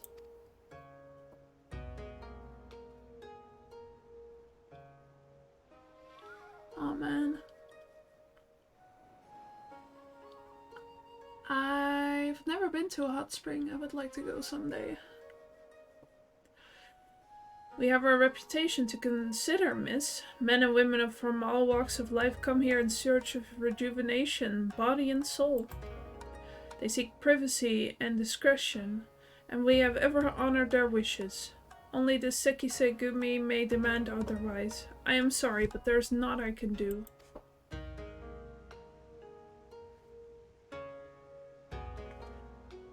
I suppose we'll just have to ask someone else then. What about that woman who runs the hostelry? Kotokaze, was it?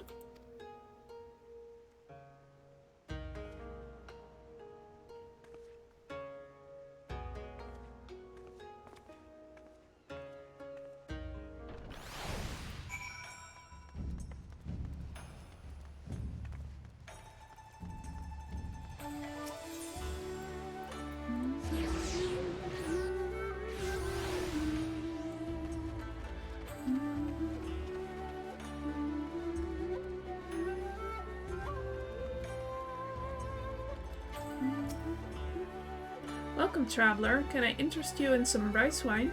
Exceptional quality, delivered but the other day. Globe.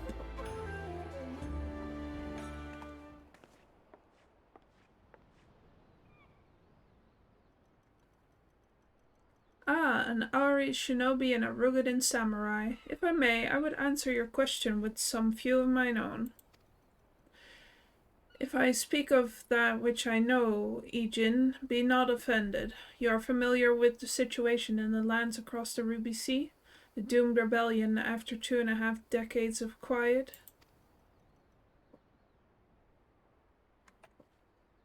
I see.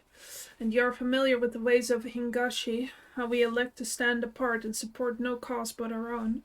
Indifferent and callous, some may call us, but pragmatism is essential if a humble island nation such as ours is to survive. But we are not fools. Complete isolation is impractical, and so Kugane is open to Ijin, and we are equally hospitable to all. Or, if I must speak more plainly, yes, I can help you, but if I do, I must also oblige the ones who ask after you. Are you willing to accept this fair and equitable treatment?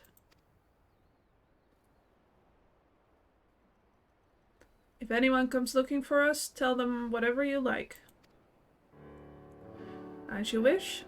The two individuals of whom you speak did indeed come here. They sought passage across the Ruby Sea.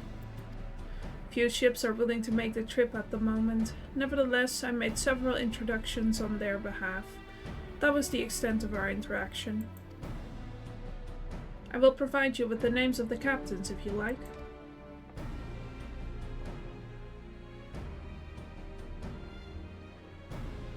You've been a great help, Miss Kotakaze. I'll be sure to come back for that wine sometime. We would welcome your custom, miss. We should question these captains as soon as we can. You take the first 3, I'll take the rest, and we'll meet here when we've finished. Alright? Good luck.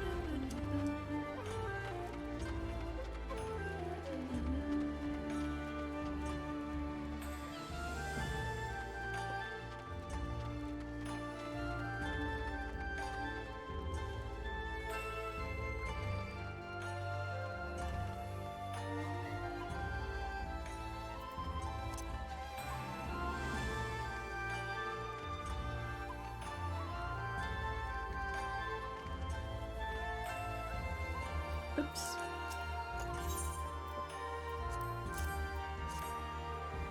Passengers? No, we no longer offer that service. Too much trouble.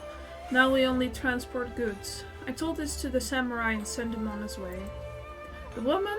Ha! If it is women you seek, the pleasure houses have plenty.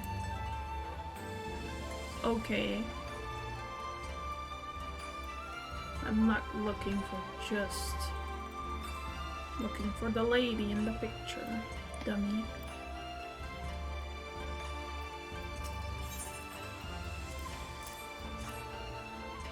Yes, a Roganin gentleman did approach me. He wanted to charter a ship to take him across the Ruby Sea, the mad devil. I sent him away, like all the others before him. The woman? Nay, I know her not. Guess she swam.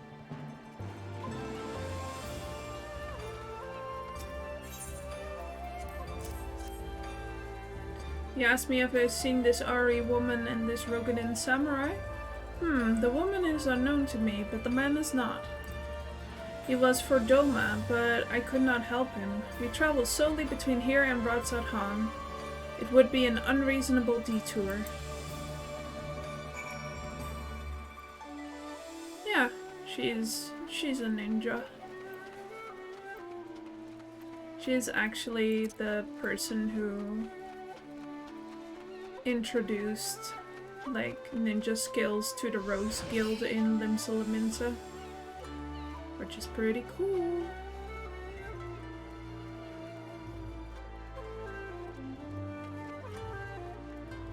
Let's not fall off.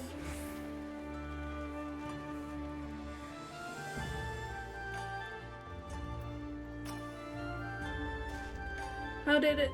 Oh, never mind. Judging from the look on your face, you didn't have much better luck than I did.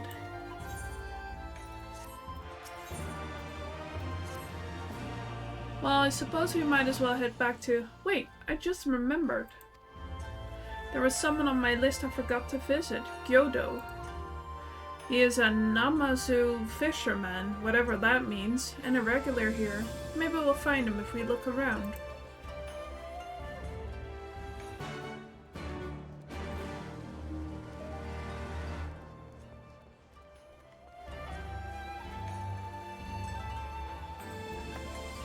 To be fair, Gosetsu is big enough for Yugiri to be able to hide behind him if he's just standing still.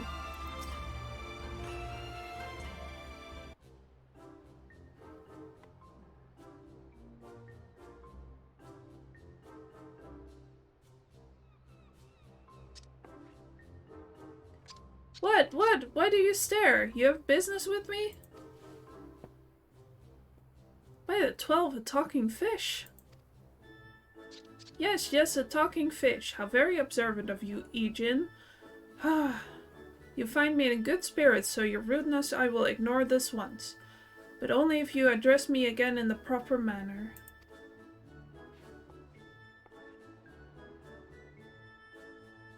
Sorry, I've never met a...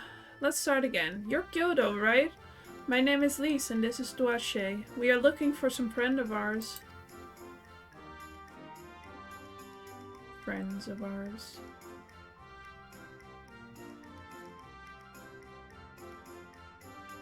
I see, I see. Both these ones I know well. I helped them secure passage across the Ruby Sea.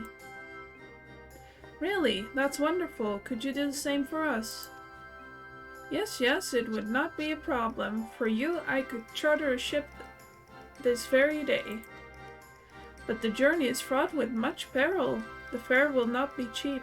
Are you sure you can afford to pay?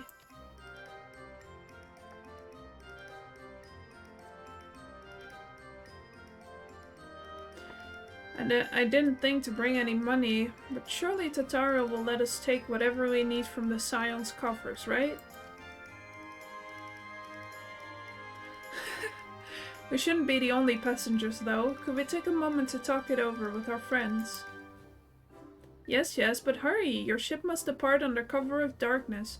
We shall meet again at sunset on the Tasogare Bridge. Do not forget your fare. Bring many gills, yes?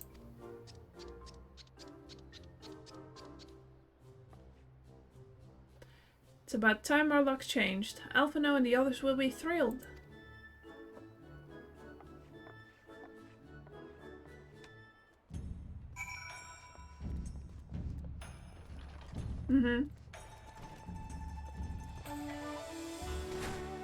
Just look at his face. He's clearly trustworthy.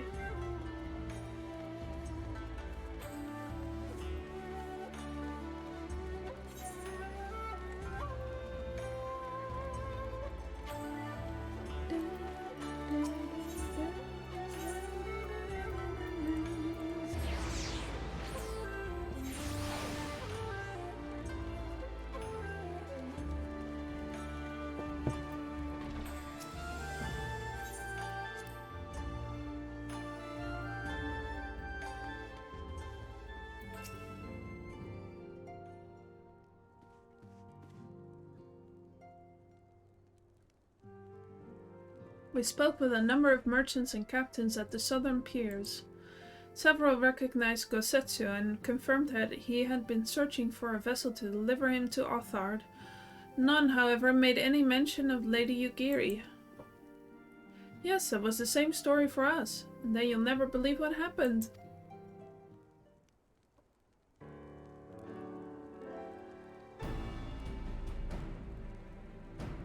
So this Gyodo claims to have aided both Gosetsu and Yugiri. How fortuitous. Not the word I would have chosen, Master Alphino. Stupid is what I'd call it. How can you agree to his price without making any attempt to haggle, or even confirming what it was in the first place? Yes, that too was a misstep on their part, but not what troubles me most. Gyodo and his brethren are not renowned for their generosity of spirit. Rather, they are disdained as scheming moneylenders, ever eager to turn a profit from others' misfortune. Everyone else we questioned stated Gosetsu was alone. Only Gyodo claims to have met both him and Yugiri. I suppose it's just possible that Gosetsu made inquiries by himself and only called upon Yugiri once he had found a willing captain. But it is equally possible, if not more likely, that you are being deceived. Do not forget that there are parties present in Kugane with agendas which may run contrary to your own. The Viceroy was once a spy herself, as I recall. I should be surprised if she did not have countless agents here in her employ, all eager to prove themselves to their new master. What better way to do so than by delivering her the heads of foreign insurgents? Fine. You may be right about him, but if Gyodo's working for the Empire, who's to say he didn't try the same trick on Yugiri and Gosetsu? I mean, if he did, he might know where they are, and if he succeeded, they might be in trouble. Anyway, if he holds up his end of the bargain, we'll have nothing to worry about, will we? But if he tries to betray us, I vote we take him prisoner and punch him till he tells us the truth. So, if it's a trap, we'll spring it and deal with the consequences. I like the way you think. Very well. We should prepare for the worst. Tara will remain here and I shall follow the three of you at a discreet distance. Once more, I must caution you to avoid physical altercations at all costs. Even should Imperial agents attempt to engage you, the Sekisegumi will not hesitate to clap you in irons or cut you down.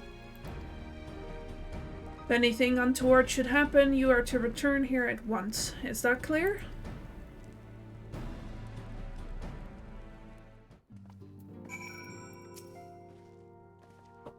To review, Lise, Duache and I will meet with Gosetsu as planned. Alphina will keep watch from a distance, ready to provide support in the likely event that Gyodo attempts to betray us to the Imperials or whomever else. Should that happen, you and Lise will subdue him, and together we will make our escape. As our actions will surely draw the attention of the Sekisegumi, we will evade them with Alphino's assistance and return here with our prisoner. Does that meet with everyone's approval? Of course, these precautions will be for naught if Gyodo does not play us for fools. But we shall see. To the bridge.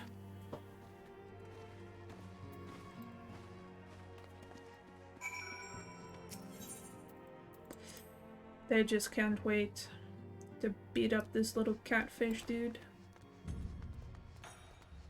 You want to kill him so bad it makes you look silly.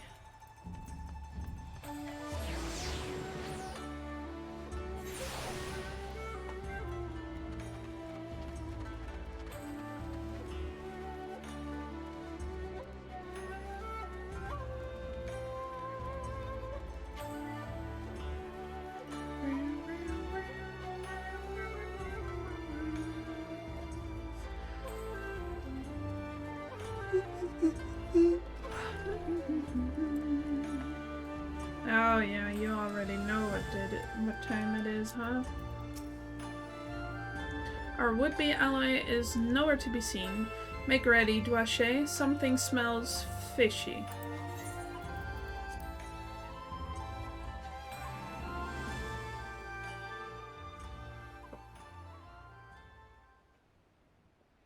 I had to do it to him.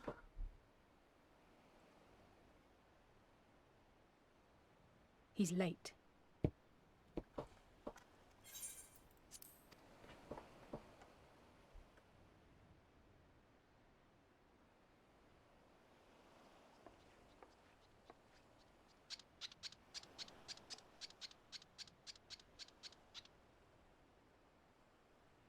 Endless and most sincere apologies to you and yours, yes, yes. This way, quickly now.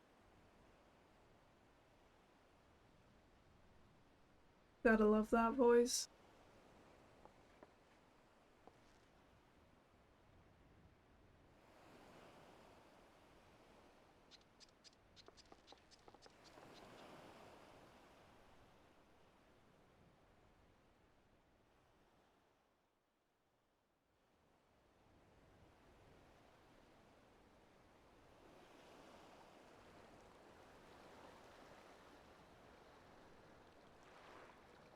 Enough!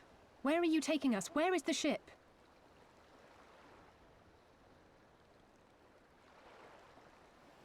The ship. So very sorry to inform you, yes, yes. Long before was it pledged to another. To me, these ones are for Doma.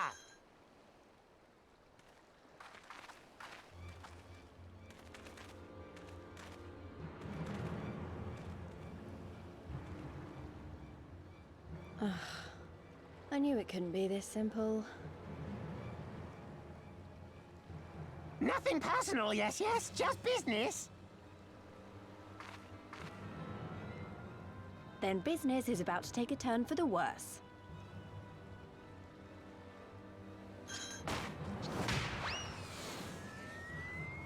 Ah! Come on, let's find a way out of here. Fucking get him.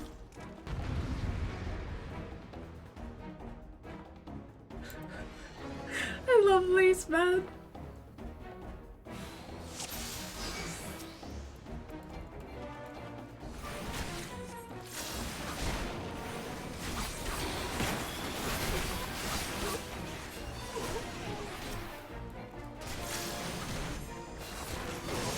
Bloody place. Of all the bloody places.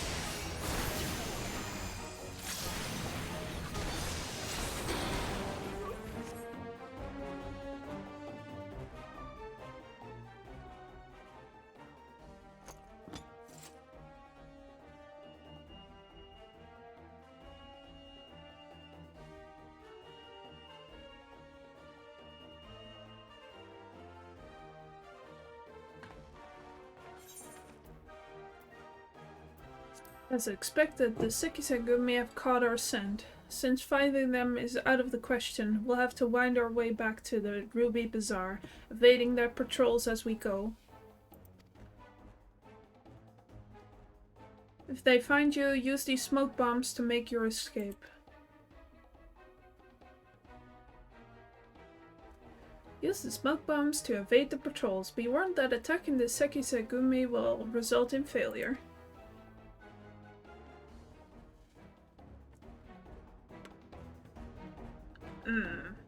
Ha! Metal Gear.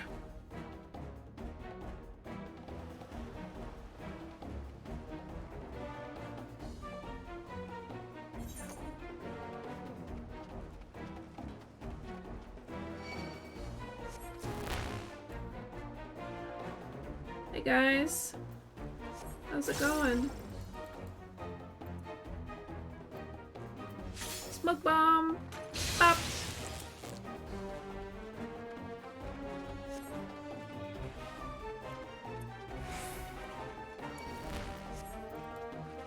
Smoke bomb!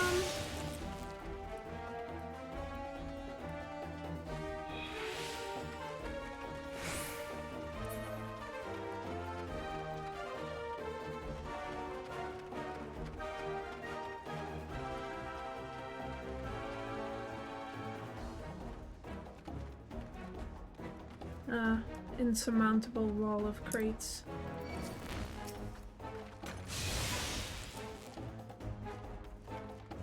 What the?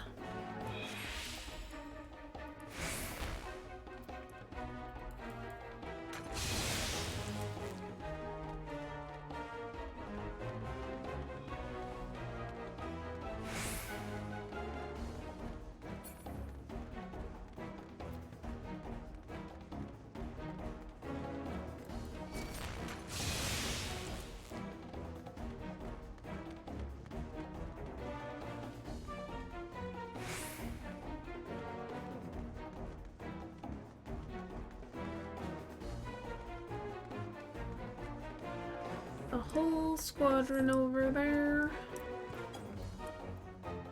Oh, hello. First a talking fish, now a tortoise. Alright. Gotta go with this guy.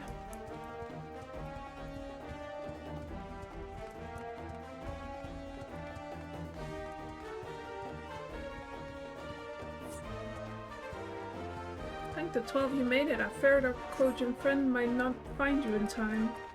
Everything's going to be alright. Trust me.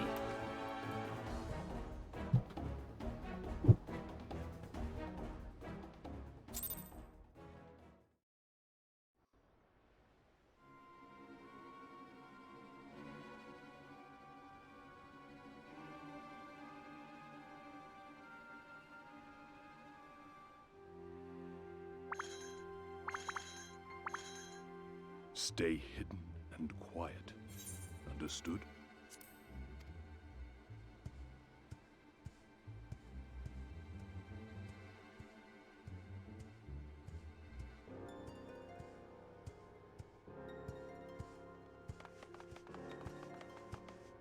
Clear the road! Clear the road!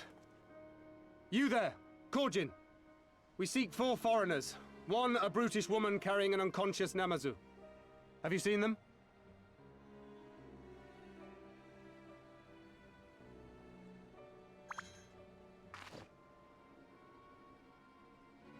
For foreigners, you say?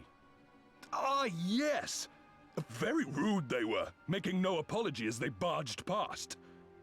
They went that way, I think. Many thanks, good sir.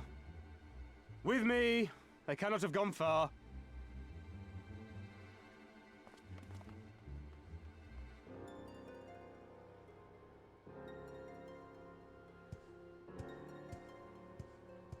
All is well. The Sekisei Gumi will not return this way for some time, I should think.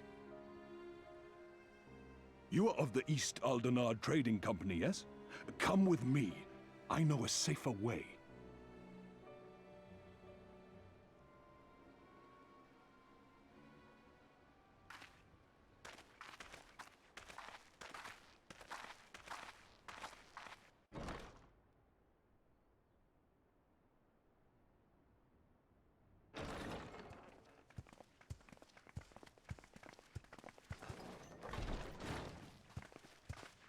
You are returned.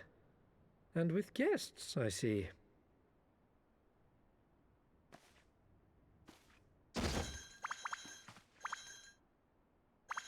Our meeting went about as well as expected. We've brought the Namazu who thought to betray us. When he wakes up, we'll see what he knows about Yugiri and Gazetsu.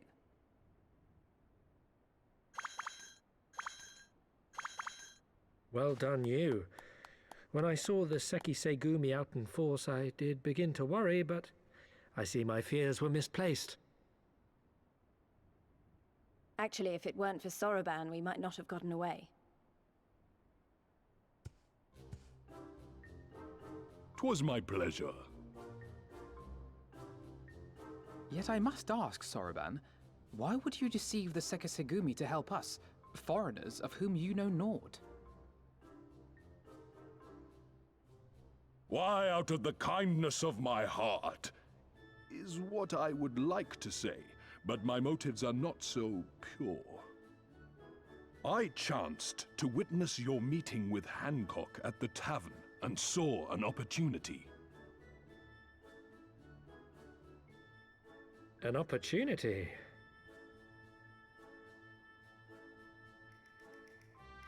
Like many, I came to Kugane as a trader to make my fortune. Kojin of the Red may serve the Empire as mercenaries, but Kojin of the Blue walk a different path. Regretfully, most here would rather not meet our gaze, much less do business. So I seek the custom of those less predisposed to dismiss us outright, namely the East Aldenard Trading Company. Quid pro quo, is it? Well, there is no denying that we owe you a debt. What say you, Hancock? Will you consider doing business with our entrepreneurial friend here? Rest assured, Master Soroban, that in matters of trade, the company does not discriminate. We would be honored to hear your proposal. I promise you will not regret this, good sir. Ah, yes. You sought passage across the Ruby Sea, did you not? I have a ship you can use. You do? Well then, far be it from us to refuse. You have our deepest thanks. And you mine.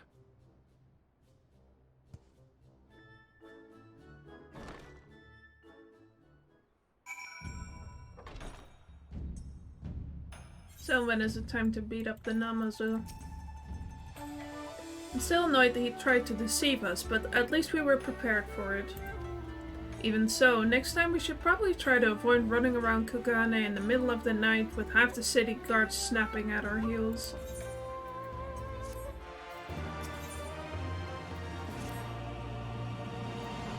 Right then, Yoda's should be coming around soon. I think it's time we had a little chat, don't you?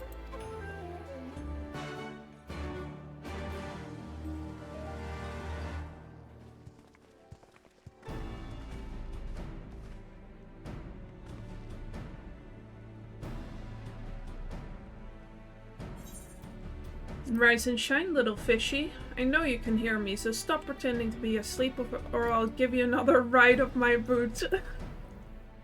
No more boots. All my secrets are yours for the asking. Tell us what you know about Yugiri and Gosetsu, every last detail. If I find out later that you lied to me... No more lies. The clear, unvarnished truth. You have my word. Only the samurai did I meet. Yes, only him. He asked after a ship, so I provided an introduction to the Garleans. You mean you led him into a trap, as you did us, because you're an Imperial spy? No, I'm no spy. It was just business. Fewer ships pass through Kugane these days, and we have struggled to make ends meet. So when the Garleans offered a bounty for any domans found in Kugane... Oh, my mistake. You're not a spy, but a common cutthroat. Not that I'm surprised. You need half a brain to be a spy. So what happened to the samurai? Such a cruel and vicious tongue you have. He did not go quietly. No. Blades were drawn, men were cut down, and the Sekisegumi came. They took the samurai away. Hold on a moment. You mean to tell me the Ijin they arrested the other day was Gosetsu? Oh, had I but known. If he is in the custody of the Sekisegumi, I need only see to it that the requisite funds find their way into the right official's hands, and your friend will walk free.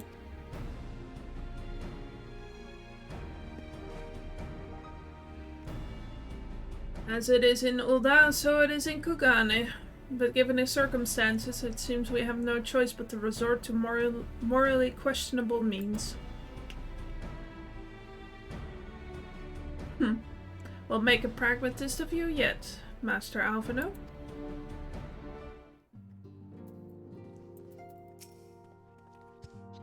You're free to wait here while I speak with the relevant official, but if you would rather wait for Gosetsu outside the barracks, we can go together. I wouldn't put it past the Imperials to try something again, so mayhap it would be best if Lise, Dwashe and I joined you. Alright, but what about Gyodo?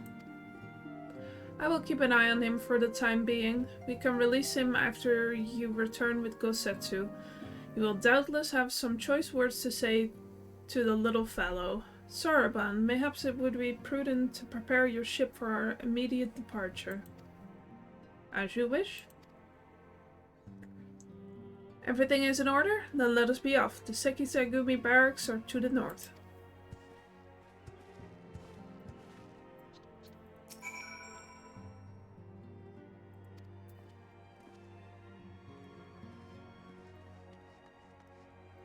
I love that Namazu make little clown shoe noises when they walk.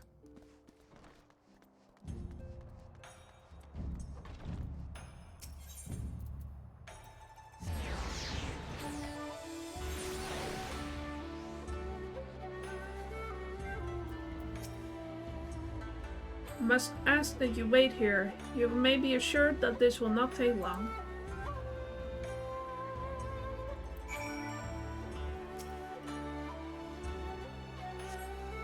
Is it really going to be as simple as he says, do you think?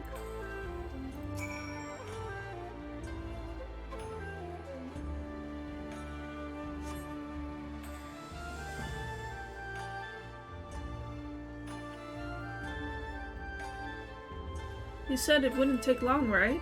Because this feels a bit long to me. Calm down, Lise. Everything's going to be alright. Much as I hate to admit it, I share Hancock's dim view of government officials and their supposed incorruptibility. From what I've gleaned of the Far East, they are probably exchanging lengthy pleasantries. There seems to be a correct way to do everything here, bribery being no exception. I say we leave it to them. Right, Dwache? Right. Everything's fine. Probably. I mean, it could be all bad as the last time we stood around waiting for something to happen.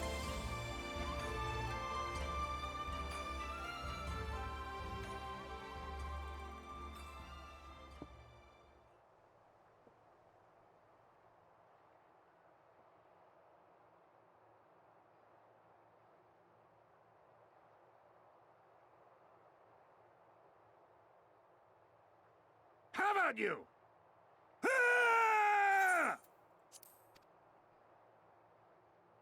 Was that? That was Gazetsu. I'm sure of it. He's in trouble. Lise, wait! I suppose we should follow her then.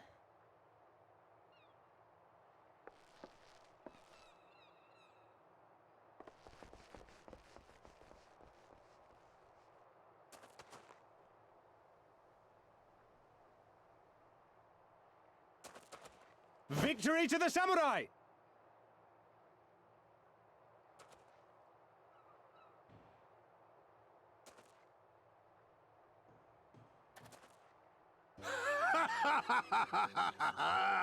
How many is that now?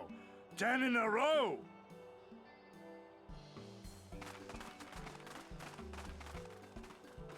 Gazetsu!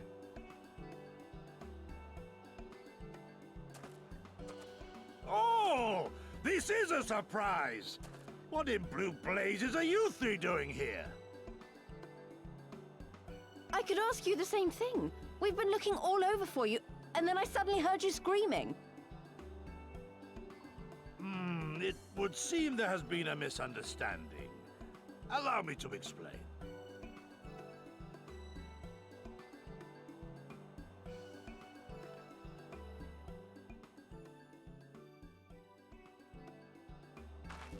So, in summary, you started a brawl with some off-duty Imperial soldiers and were subsequently arrested by the Sekisugumi, whom you somehow befriended and convinced to set you free if you could defeat a given number of them in single combat.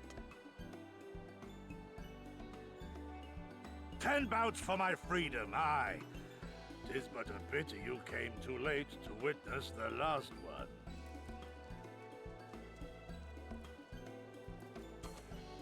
And with that, I'm free to go, yes? Our word once given may not be broken, but we pray you make every effort to avoid future altercations. Circumstances notwithstanding, my lord, we are honored and grateful to have witnessed firsthand the skill of a Doma samurai.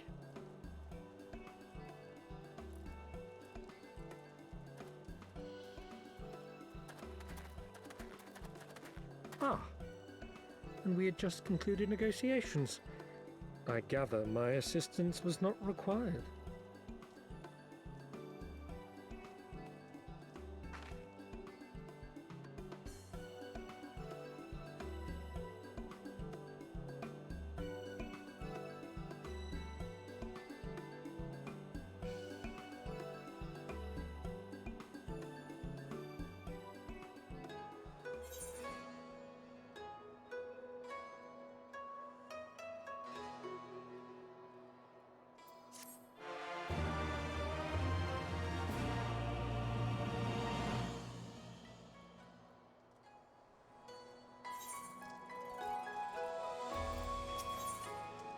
We have him back.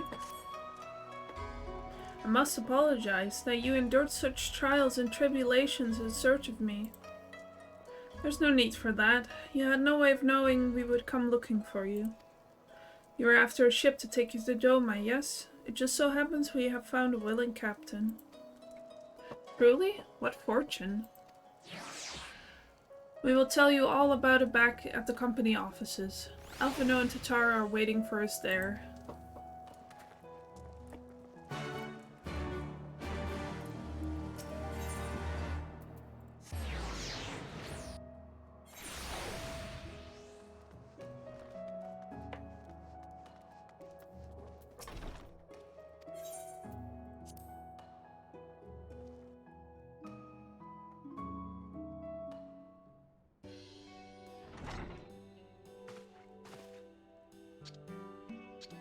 The Setsu, thank the 12 you are unharmed. As you can see, Master Alphino, I'm the very picture of health.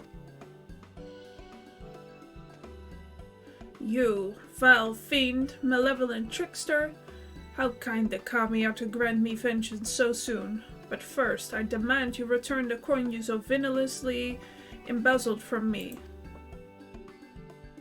You have every right to be angry, good sir. Gladly would I return to you your coin, had I not been forced to repay certain gambling debts beforehand. Setting that matter aside for a moment, where's Lady Yugiri? Was she not traveling with you?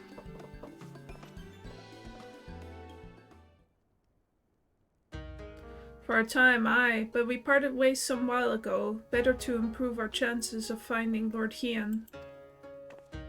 Lord Hien? Forgive me, I've yet to explain. Lord Hien is the heir to Doma's throne, and our master. He was a passionate voice for the cause of Doman liberation, and when we learned of the Emperor's death, it only grew louder. So you seized upon the opportunity and rose up to reclaim your freedom, only for your hopes to be dashed when Xenos led his army onto your lands. Crown Prince was a merciless foe. Against him and the might of the 12th, we had no chance. Once Lord Hien understood this, he bade Yugiri take to the sea with as many of our people as possible. He, however, would stand and fight, that they might have more time to escape. I remained by his side as well, and together we carried on our doomed war. And then, one day, in a fierce battle, we were separated. I knew not what became of him, only that he was beyond the Empire's reach, and that to find him I would need Yugiri's aid. The situation grows more perilous by the day, for the new viceroy, Yotsuyu, is a black-hearted villainess who delights in the torment of our people. There is naught she would not do to further her pursuit of Lord Hien. Thank you. I believe that makes the matters a good deal clearer. It should please you to learn that we are come to aid the Doman Liberation Front in resuming their efforts to overthrow their imperial oppressors. Then allow me to join you. My inquiries here bore no fruit, yet hence my desire to return to Authard. Once there, I could lead you to our headquarters in Yangsha, where we shall all be reunited with Yugiri. Mayhap not all. Alphino's talents would seem better applied here in Kugane, working closely with Tatara and Hancock to feed us intelligence. There is the Garlean embassy just down the road, after all. Well, while I appreciate the vote of confidence, I should be glad to accompany you all. As a soldier in the field, so to speak. Come now, brother, a competent commander assigns his soldiers the task best suited to them, as you of all people should know, and you are so very good at espionage and intrigue. For we all must serve, each in our own way. Very well, it would seem my place is here.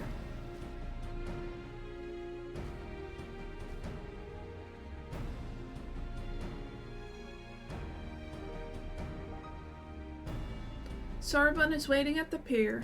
Have fun, you lot.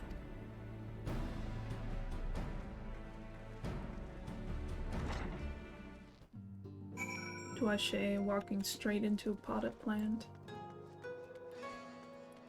Perfect.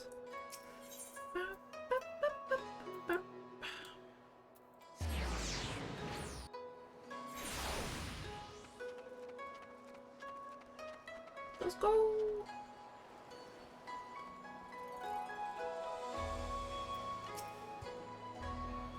I've been waiting for you, my friends. All preparations have been completed, and my ship awaits its passengers.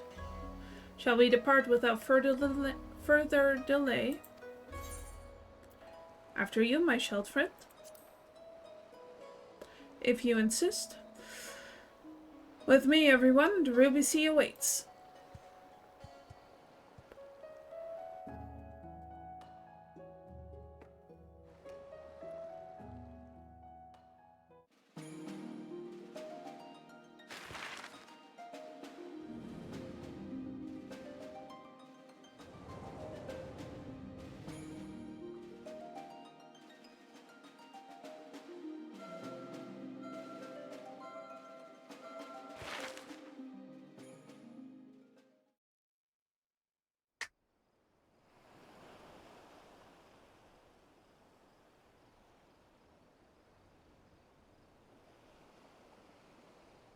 I remember the water, how it turned crimson in the morning sun.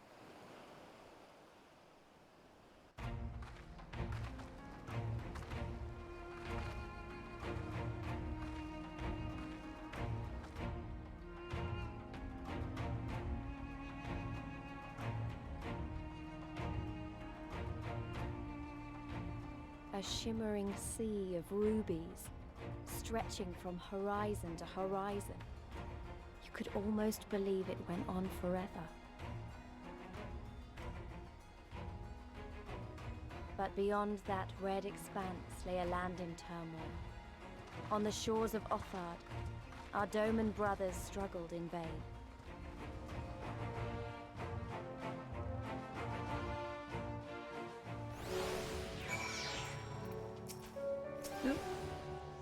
How wide and beautiful she is, the ruby sea, filled with promise and adventure and treasures, many wonderful treasures.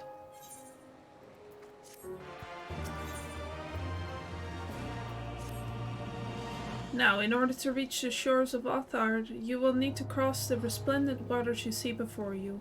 However, this is easier said than done.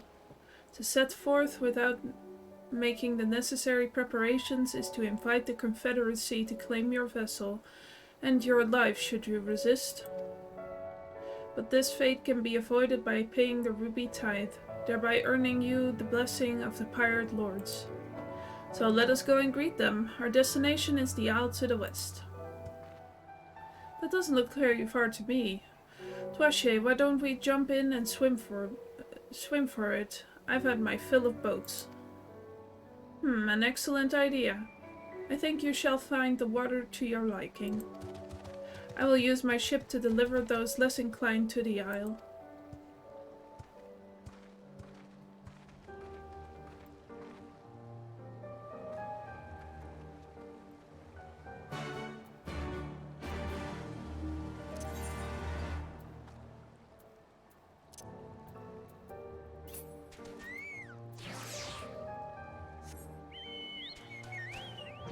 Actually, I'm flying.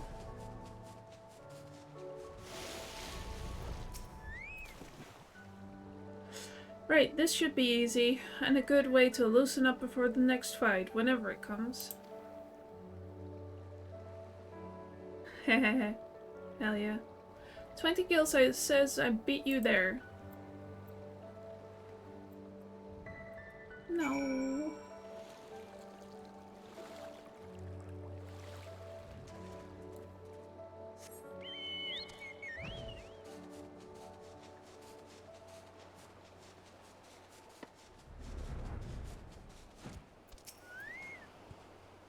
Ah, there you are. I trust you enjoyed yourselves. Follow me, my friends. The one with whom we must speak is a man named Tansui.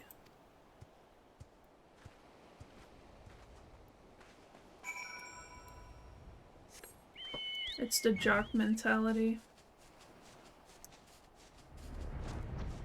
Jocks in a world full of nerds. I fear you have the advantage of me.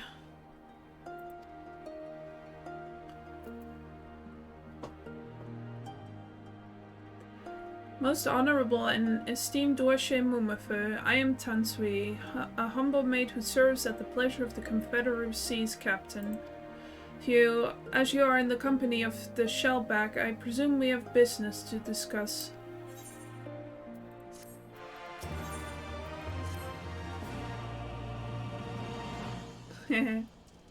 Look forward to it. You wish to pay the ruby tithe, yes? With your gil, perhaps? It is just as well. Foreign currencies are in demand these days. I would pay for their passage to Othard. Does this sum meet with your satisfaction? The sea has been quite tempestuous of late. I cannot say with confidence that you would reach your destination safely, unless you tripled it. Do you take me for a fool? I know the prize, as do all.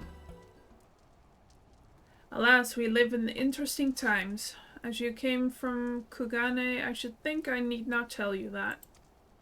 The shadow of war looms. The wise and cautious shirk our waters and our custom, and the foolhardy sharpen their knives in anticipation. Meaning? Sir, you've got to come quickly. The bastards are at it again. I tried to convince them to stop, but they weren't having it. Ah, very well. I will be there shortly. A proposition. Your comrades strike me as a worthwhile investment. I would not hear men name me a cat before Koban, so I shall consider their tithe paid, not for what they have done, but for what I expect they will do. I'm not sure what to make of that man, but at least the matter of our tithe is settled, for now. What was that he and the other pirate were talking about? Maybe we ought to go and have a look.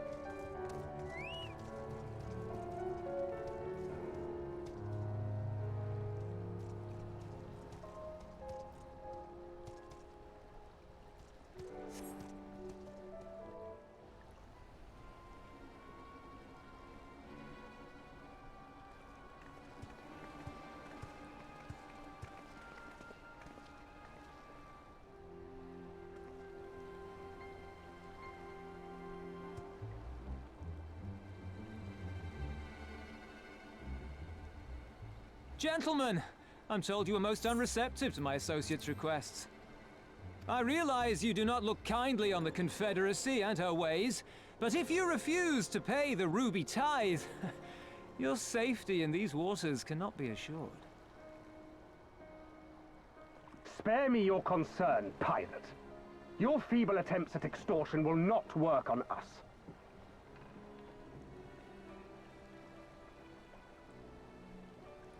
You remain at large because we allow it. Because you are such insignificant little pests that we see no need to swat you. But if you wish to risk the ire of the Viceroy, by all means, fire upon an Imperial vessel. Give us a reason to bring the full might of the Garlean Empire to bear against your pathetic fleet. Bastards!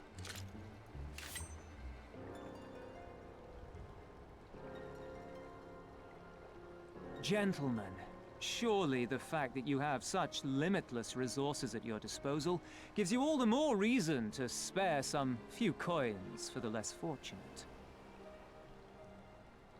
All talk, just as I thought. Come, let us away. I have no time for this rubbish.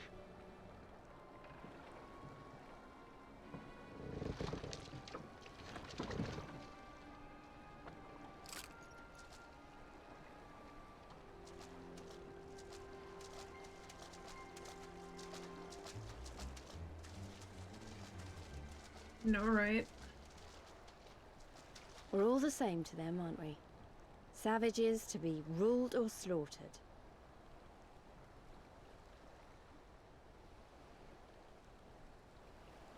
They've always balked at paying the ruby tithe, but they were never so eager to pick a fight.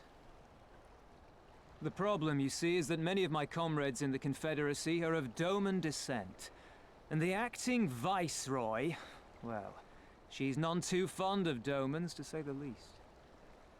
If we take any action to hinder the safe passage of an Imperial vessel, she'll accuse us of attempting to foment rebellion and brand us enemies of the Empire, which we can ill afford to be. Like the man said, we're all talk. And where did the Kojin stand in all this? With the winning side, of course. They're mercenaries to a fault, eager to offer their services without coercion. The Shellback could tell you more, though something tells me he would rather not.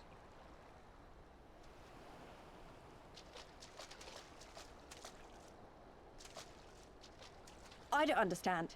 If the Garleans are causing the Confederacy this much trouble, and if so many of you are Doman to begin with, why aren't you willing to fight back?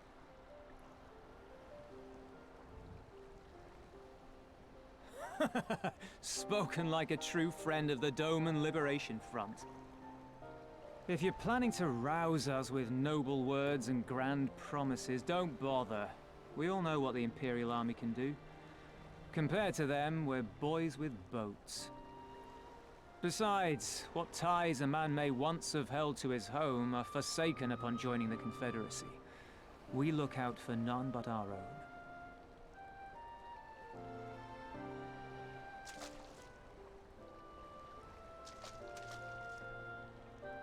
Be that as it may, our livelihood is under threat, and the captain will need to decide soon whether we're to go down in a blaze of glory or bow and scrape for crumbs from the Emperor's table.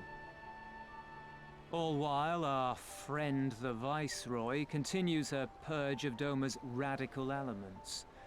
I believe she's holding court in one of the fishing villages even as we speak. That she-devil! Her perfidy knows no bounds! She must be stopped! Come, let us find Soroban and put us here at once! Tell the others that these ones have paid. We all have places to be.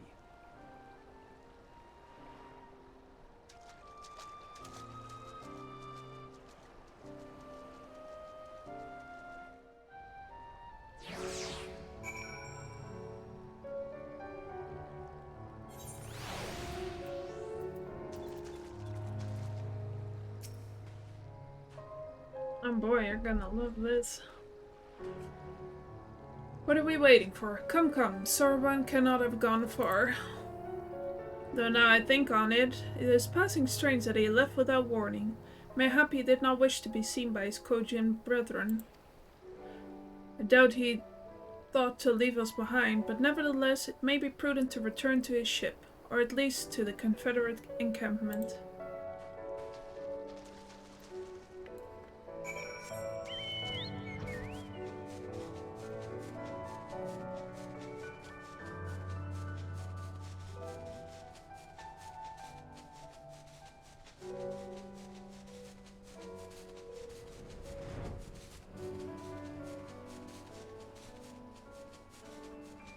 Yay!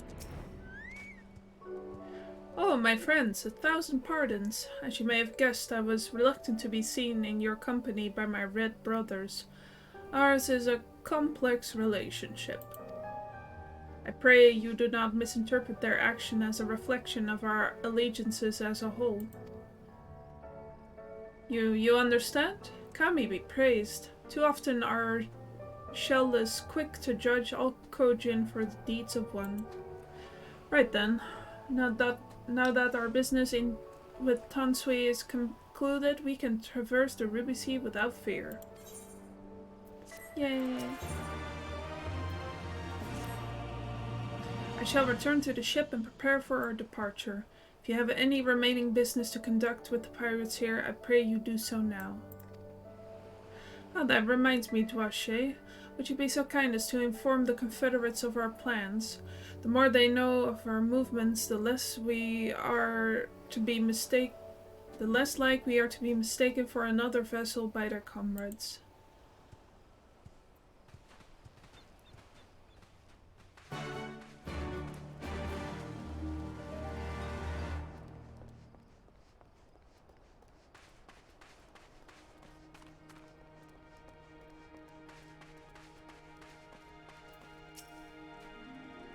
Oh, you're one of the Ijin from the beach, leaving us already? No need to pay the tithe like Tansui said. On the other hand, if you were to peruse our wares and find anything to your liking, we should be glad to sell it to you for a fair price.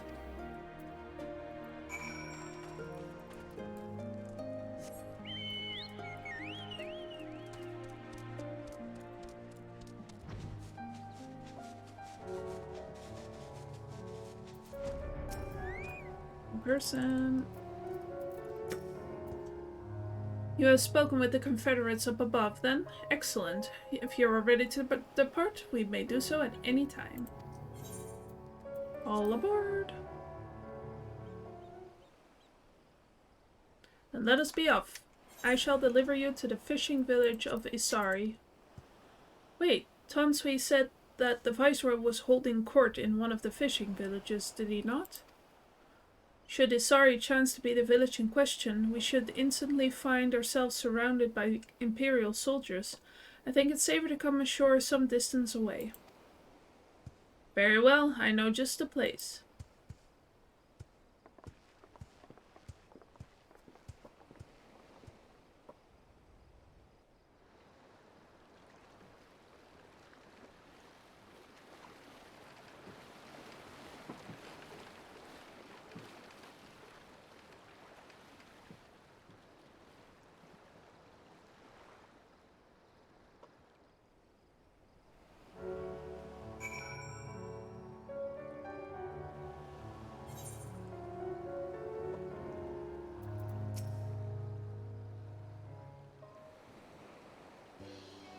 Here we are.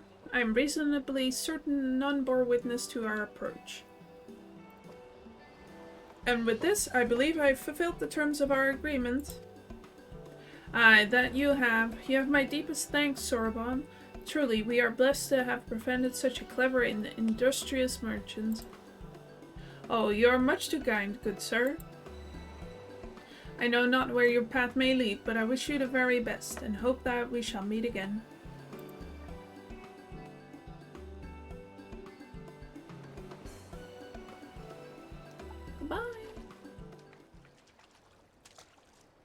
So we finally arrived in Othard.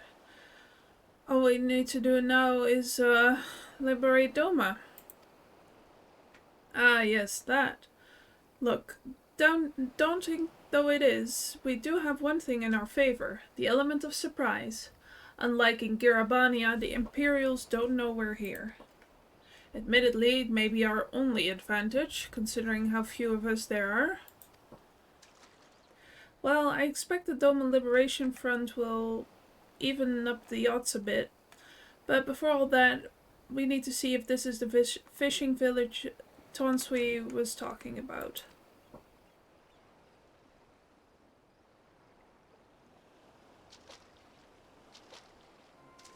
It may well be. I smell ceruleum on the breeze.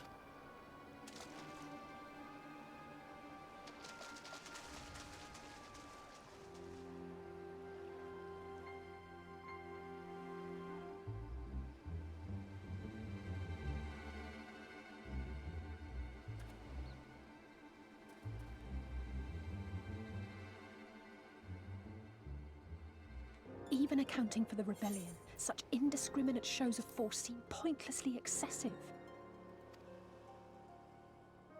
If only you knew how commonplace such scenes have become.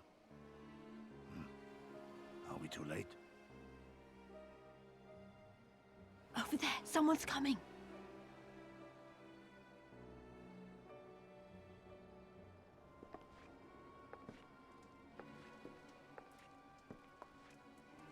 It is she, sworn enemy of Doma, of my master.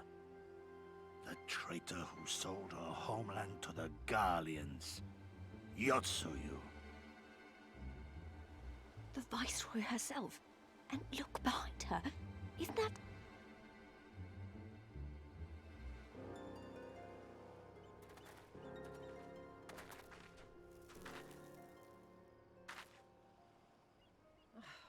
Filth and squalor everywhere I look. How very Doman.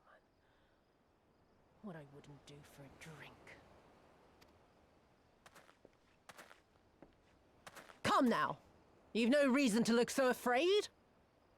You have lived through a quarter of a century of Garlean rule, remember? 'Tis better to bend with the wind than stand tall and be broken. Therein lies hope. Therein lies freedom. I come before you today seeking affirmation. A heartfelt declaration. You are free to answer me as you see fit, yet even the least among you should know the correct response. Should.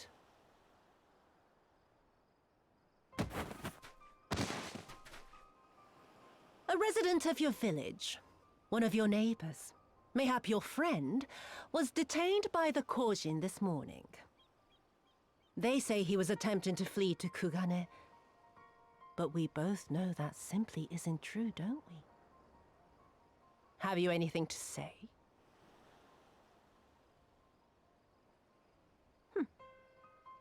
Bit slow, this one. Is there anyone more sensible among you? Have any of you anything to say? To swear? My lady, I swear to serve the Empire, to do whatever is asked of me, and never disobey.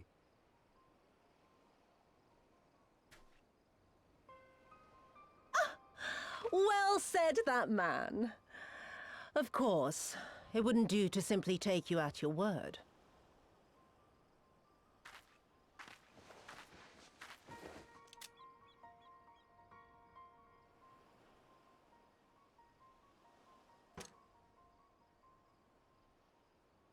Kill him. Surely you can do that much. He must be guilty of something or other, or he wouldn't have attempted to flee the Empire.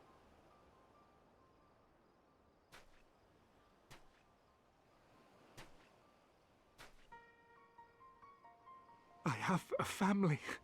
Kami, forgive me. Kami, forgive me.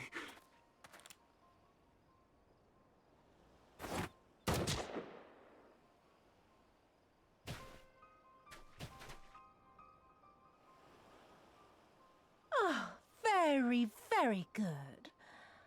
I've always had a soft spot for men like you.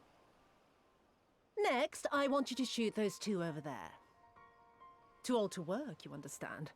A burden on the Empire. We can't have that. But they're my parents. You can't expect me to...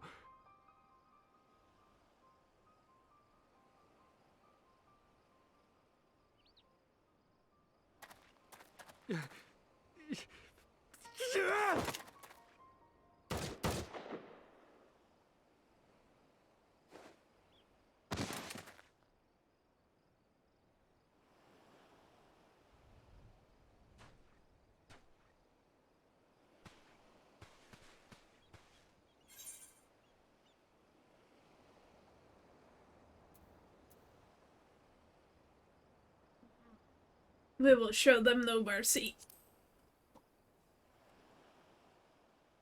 Stop and think for a moment. If you go charging in now, every one of those villagers is as good as dead. Sorry. We must consider the wider picture. If we act recklessly, we risk alerting the Garleans to our presence here, making it that much harder for us to work with the local rebels. To say nothing of the reprisals ordinary civilians would be made to suffer. You're right. Open your eyes, girl. They are already suffering. Let me go. I am putting an end to this madness. I will approach the village alone and identify myself as a former leader of the rebellion and a known fugitive. They will wish to detain me until they are certain they have learned all I know. Use this time to make your plans. You saw what those monsters did to the villagers. Who knows what they'll do to you, assuming they don't kill you where you stand? We live and die at the pleasure of the Kami. My fate is in their hands and no others. If it be of any comfort, I am no stranger to chains. You can't expect us to stand idly by as a comrade goes marching off to his death. And this is nothing like Kugane. Nor is it like the Reach, Lys, or the Wall. Let him go. Hold out for as long as you can, but remember, noble sacrifices are to remain an absolute last resort. I wish I could say it won't come to that, but only the gods know how we're going to get you and the others out in one piece. A miracle, perchance.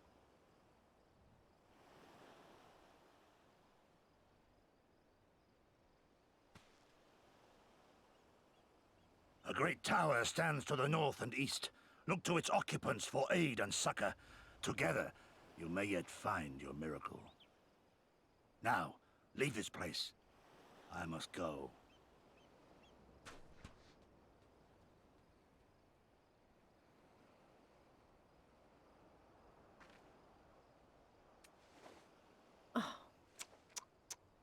Another idiot like all the rest. I'm beginning to think it may be something fundamental. Something intrinsic. Something quintessentially Doman to ignore the simple truth. You can't do a damn thing if you're dead. Enough, Yotsuyu!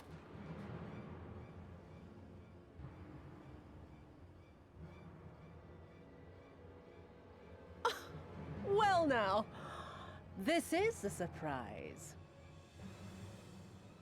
Hear me, Yotsuyu! Cease this farce, here and now, and I shall surrender myself to you. Refuse, and all shall answer to my blade.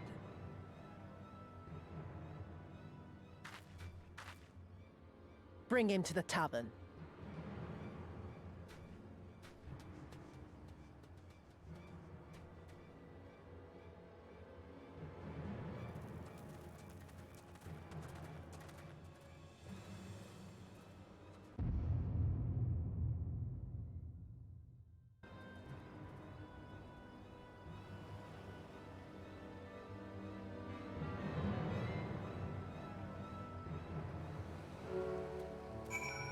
If true.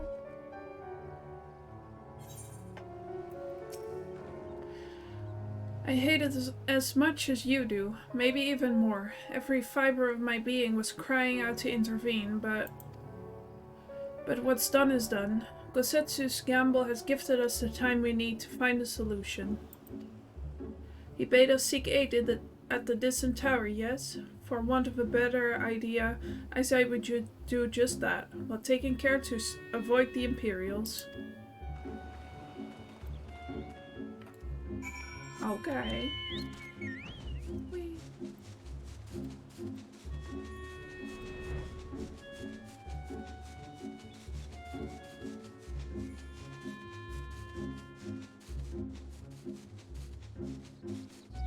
Yeah, that tower is called Heaven on High.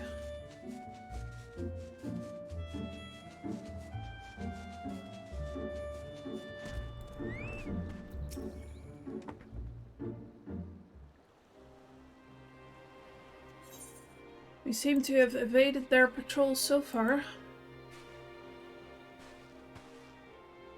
What is a tower anyway? I've never seen anything like it. According to my map, we are on Onokoro, and the tower is known as Heaven on High, a mysterious structure built long ago by persons unknown. Oh gods, listen to me. I'm starting to sound like Alphino. Next thing you know, I'll be saying things like, as you are doubtlessly already aware. Over there, do you see it?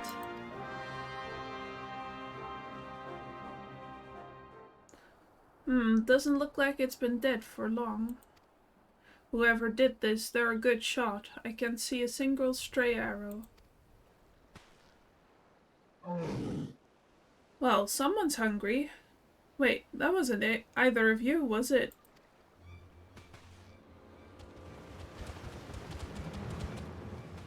Calm down, we had nothing to do with... Wait, what am I doing? They can't possibly understand us. Probably not, no. Time to run, Lise. We save our strength for any that give chase. You too, Dwache.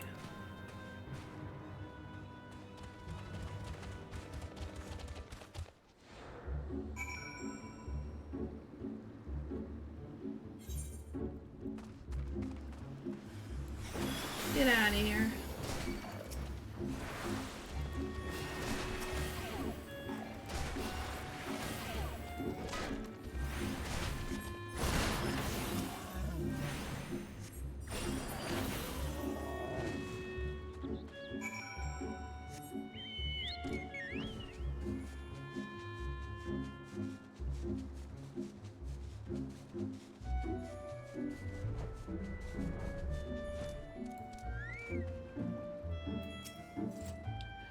Just imagine if they'd taken us by surprise. What a fine ending that would have been to our story. Anyway, I think it's safe to assume that the people at the tower know how to defend themselves. You'd have to, sharing an island with these things. Now all we need to do is convince them to help us.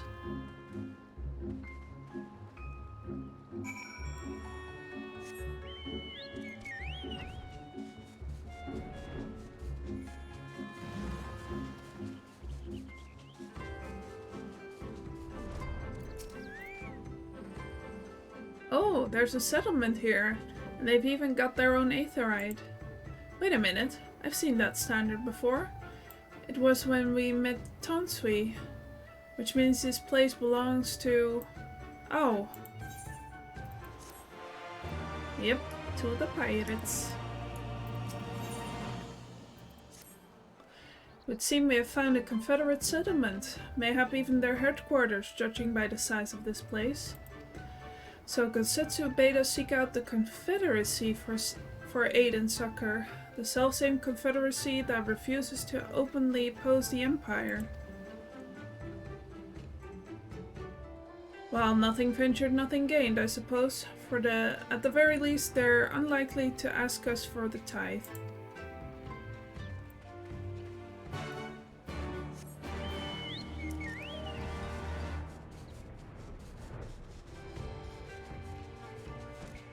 Hey guy. What wind brings you hither of all places? Were you not bound for Othar's shores?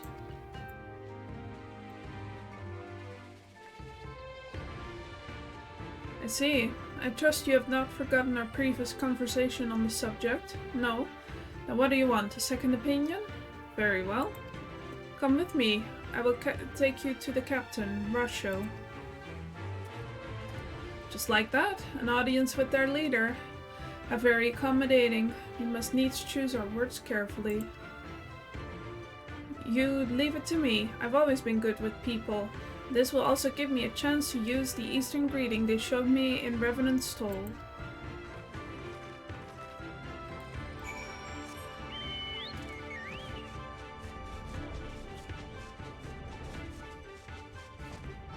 Up.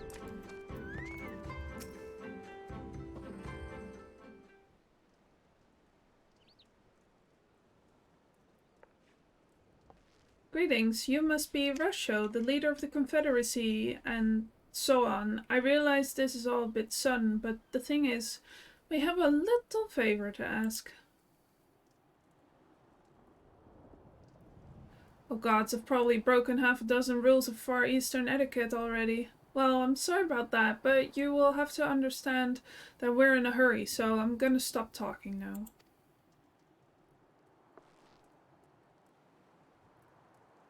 Men who revere manners and traditions can be found the world over, but not here. Your candor is appreciated. Speak your heart.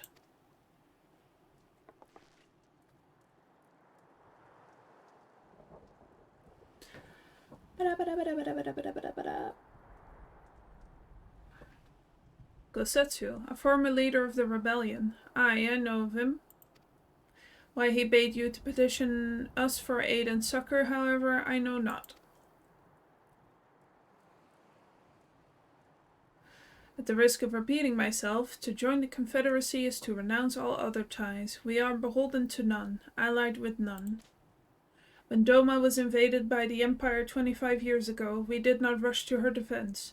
Knowing this, do you honestly expect us to help you drive the Imperial forces out of Isari? The Garleans have long maintained their presence in this region, and we would be fools to break the peace, fragile as it is. Besides, you are capable warriors, yes? With the guile and preparation, you can surely resolve this matter yourselves. It is imperative that our presence here remains secret for as long as possible. For us to openly engage the Imperials at this time would endanger everything we have come to achieve. You have told us why you cannot fight, not why we should fight in your stead. If you would speak to me of lives saved, I would speak to you of slaughter. How many will die when all pretense is lost and the Guardians declare war on the Confederacy. Hate is a luxury we cannot afford. You are free to come and go as you please, but you will receive no further aid. Thank you for your hospitality. If you would excuse us.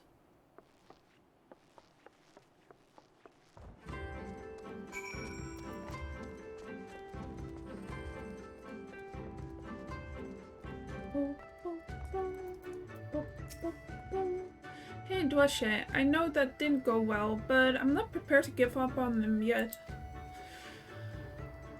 Kosetsu told us to come here for a reason. He must have believed we could convince him to help us. We just have to work out how.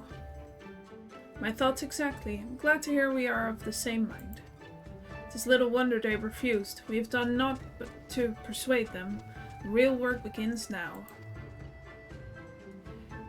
We need to learn more about the Confederacy, what their needs and weaknesses are. Once we know that, we will know how to earn their trust.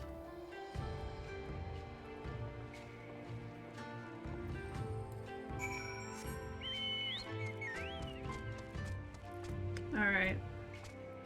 Well, I think we are going to leave the gathering of information for next time, as it is getting a little bit later and I don't want to make a habit of going super over my 3-hour limit.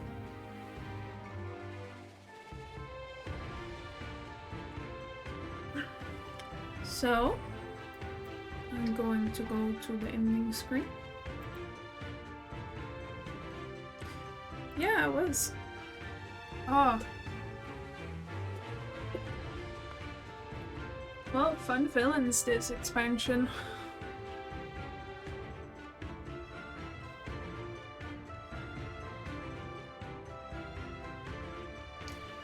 Yotsuya's and it's a whole other bag of potatoes.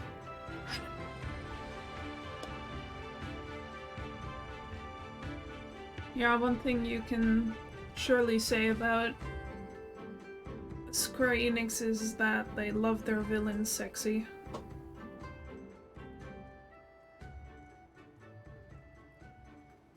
think a lot of people... Yeah. Yotsuyu. Yeah. I love it. I'll probably stream again next Monday, because I have stuff going on tomorrow, and I have to get up early on Saturday, and then Sunday we have D&D, so it's probably gonna be Monday for the next stream. But yeah.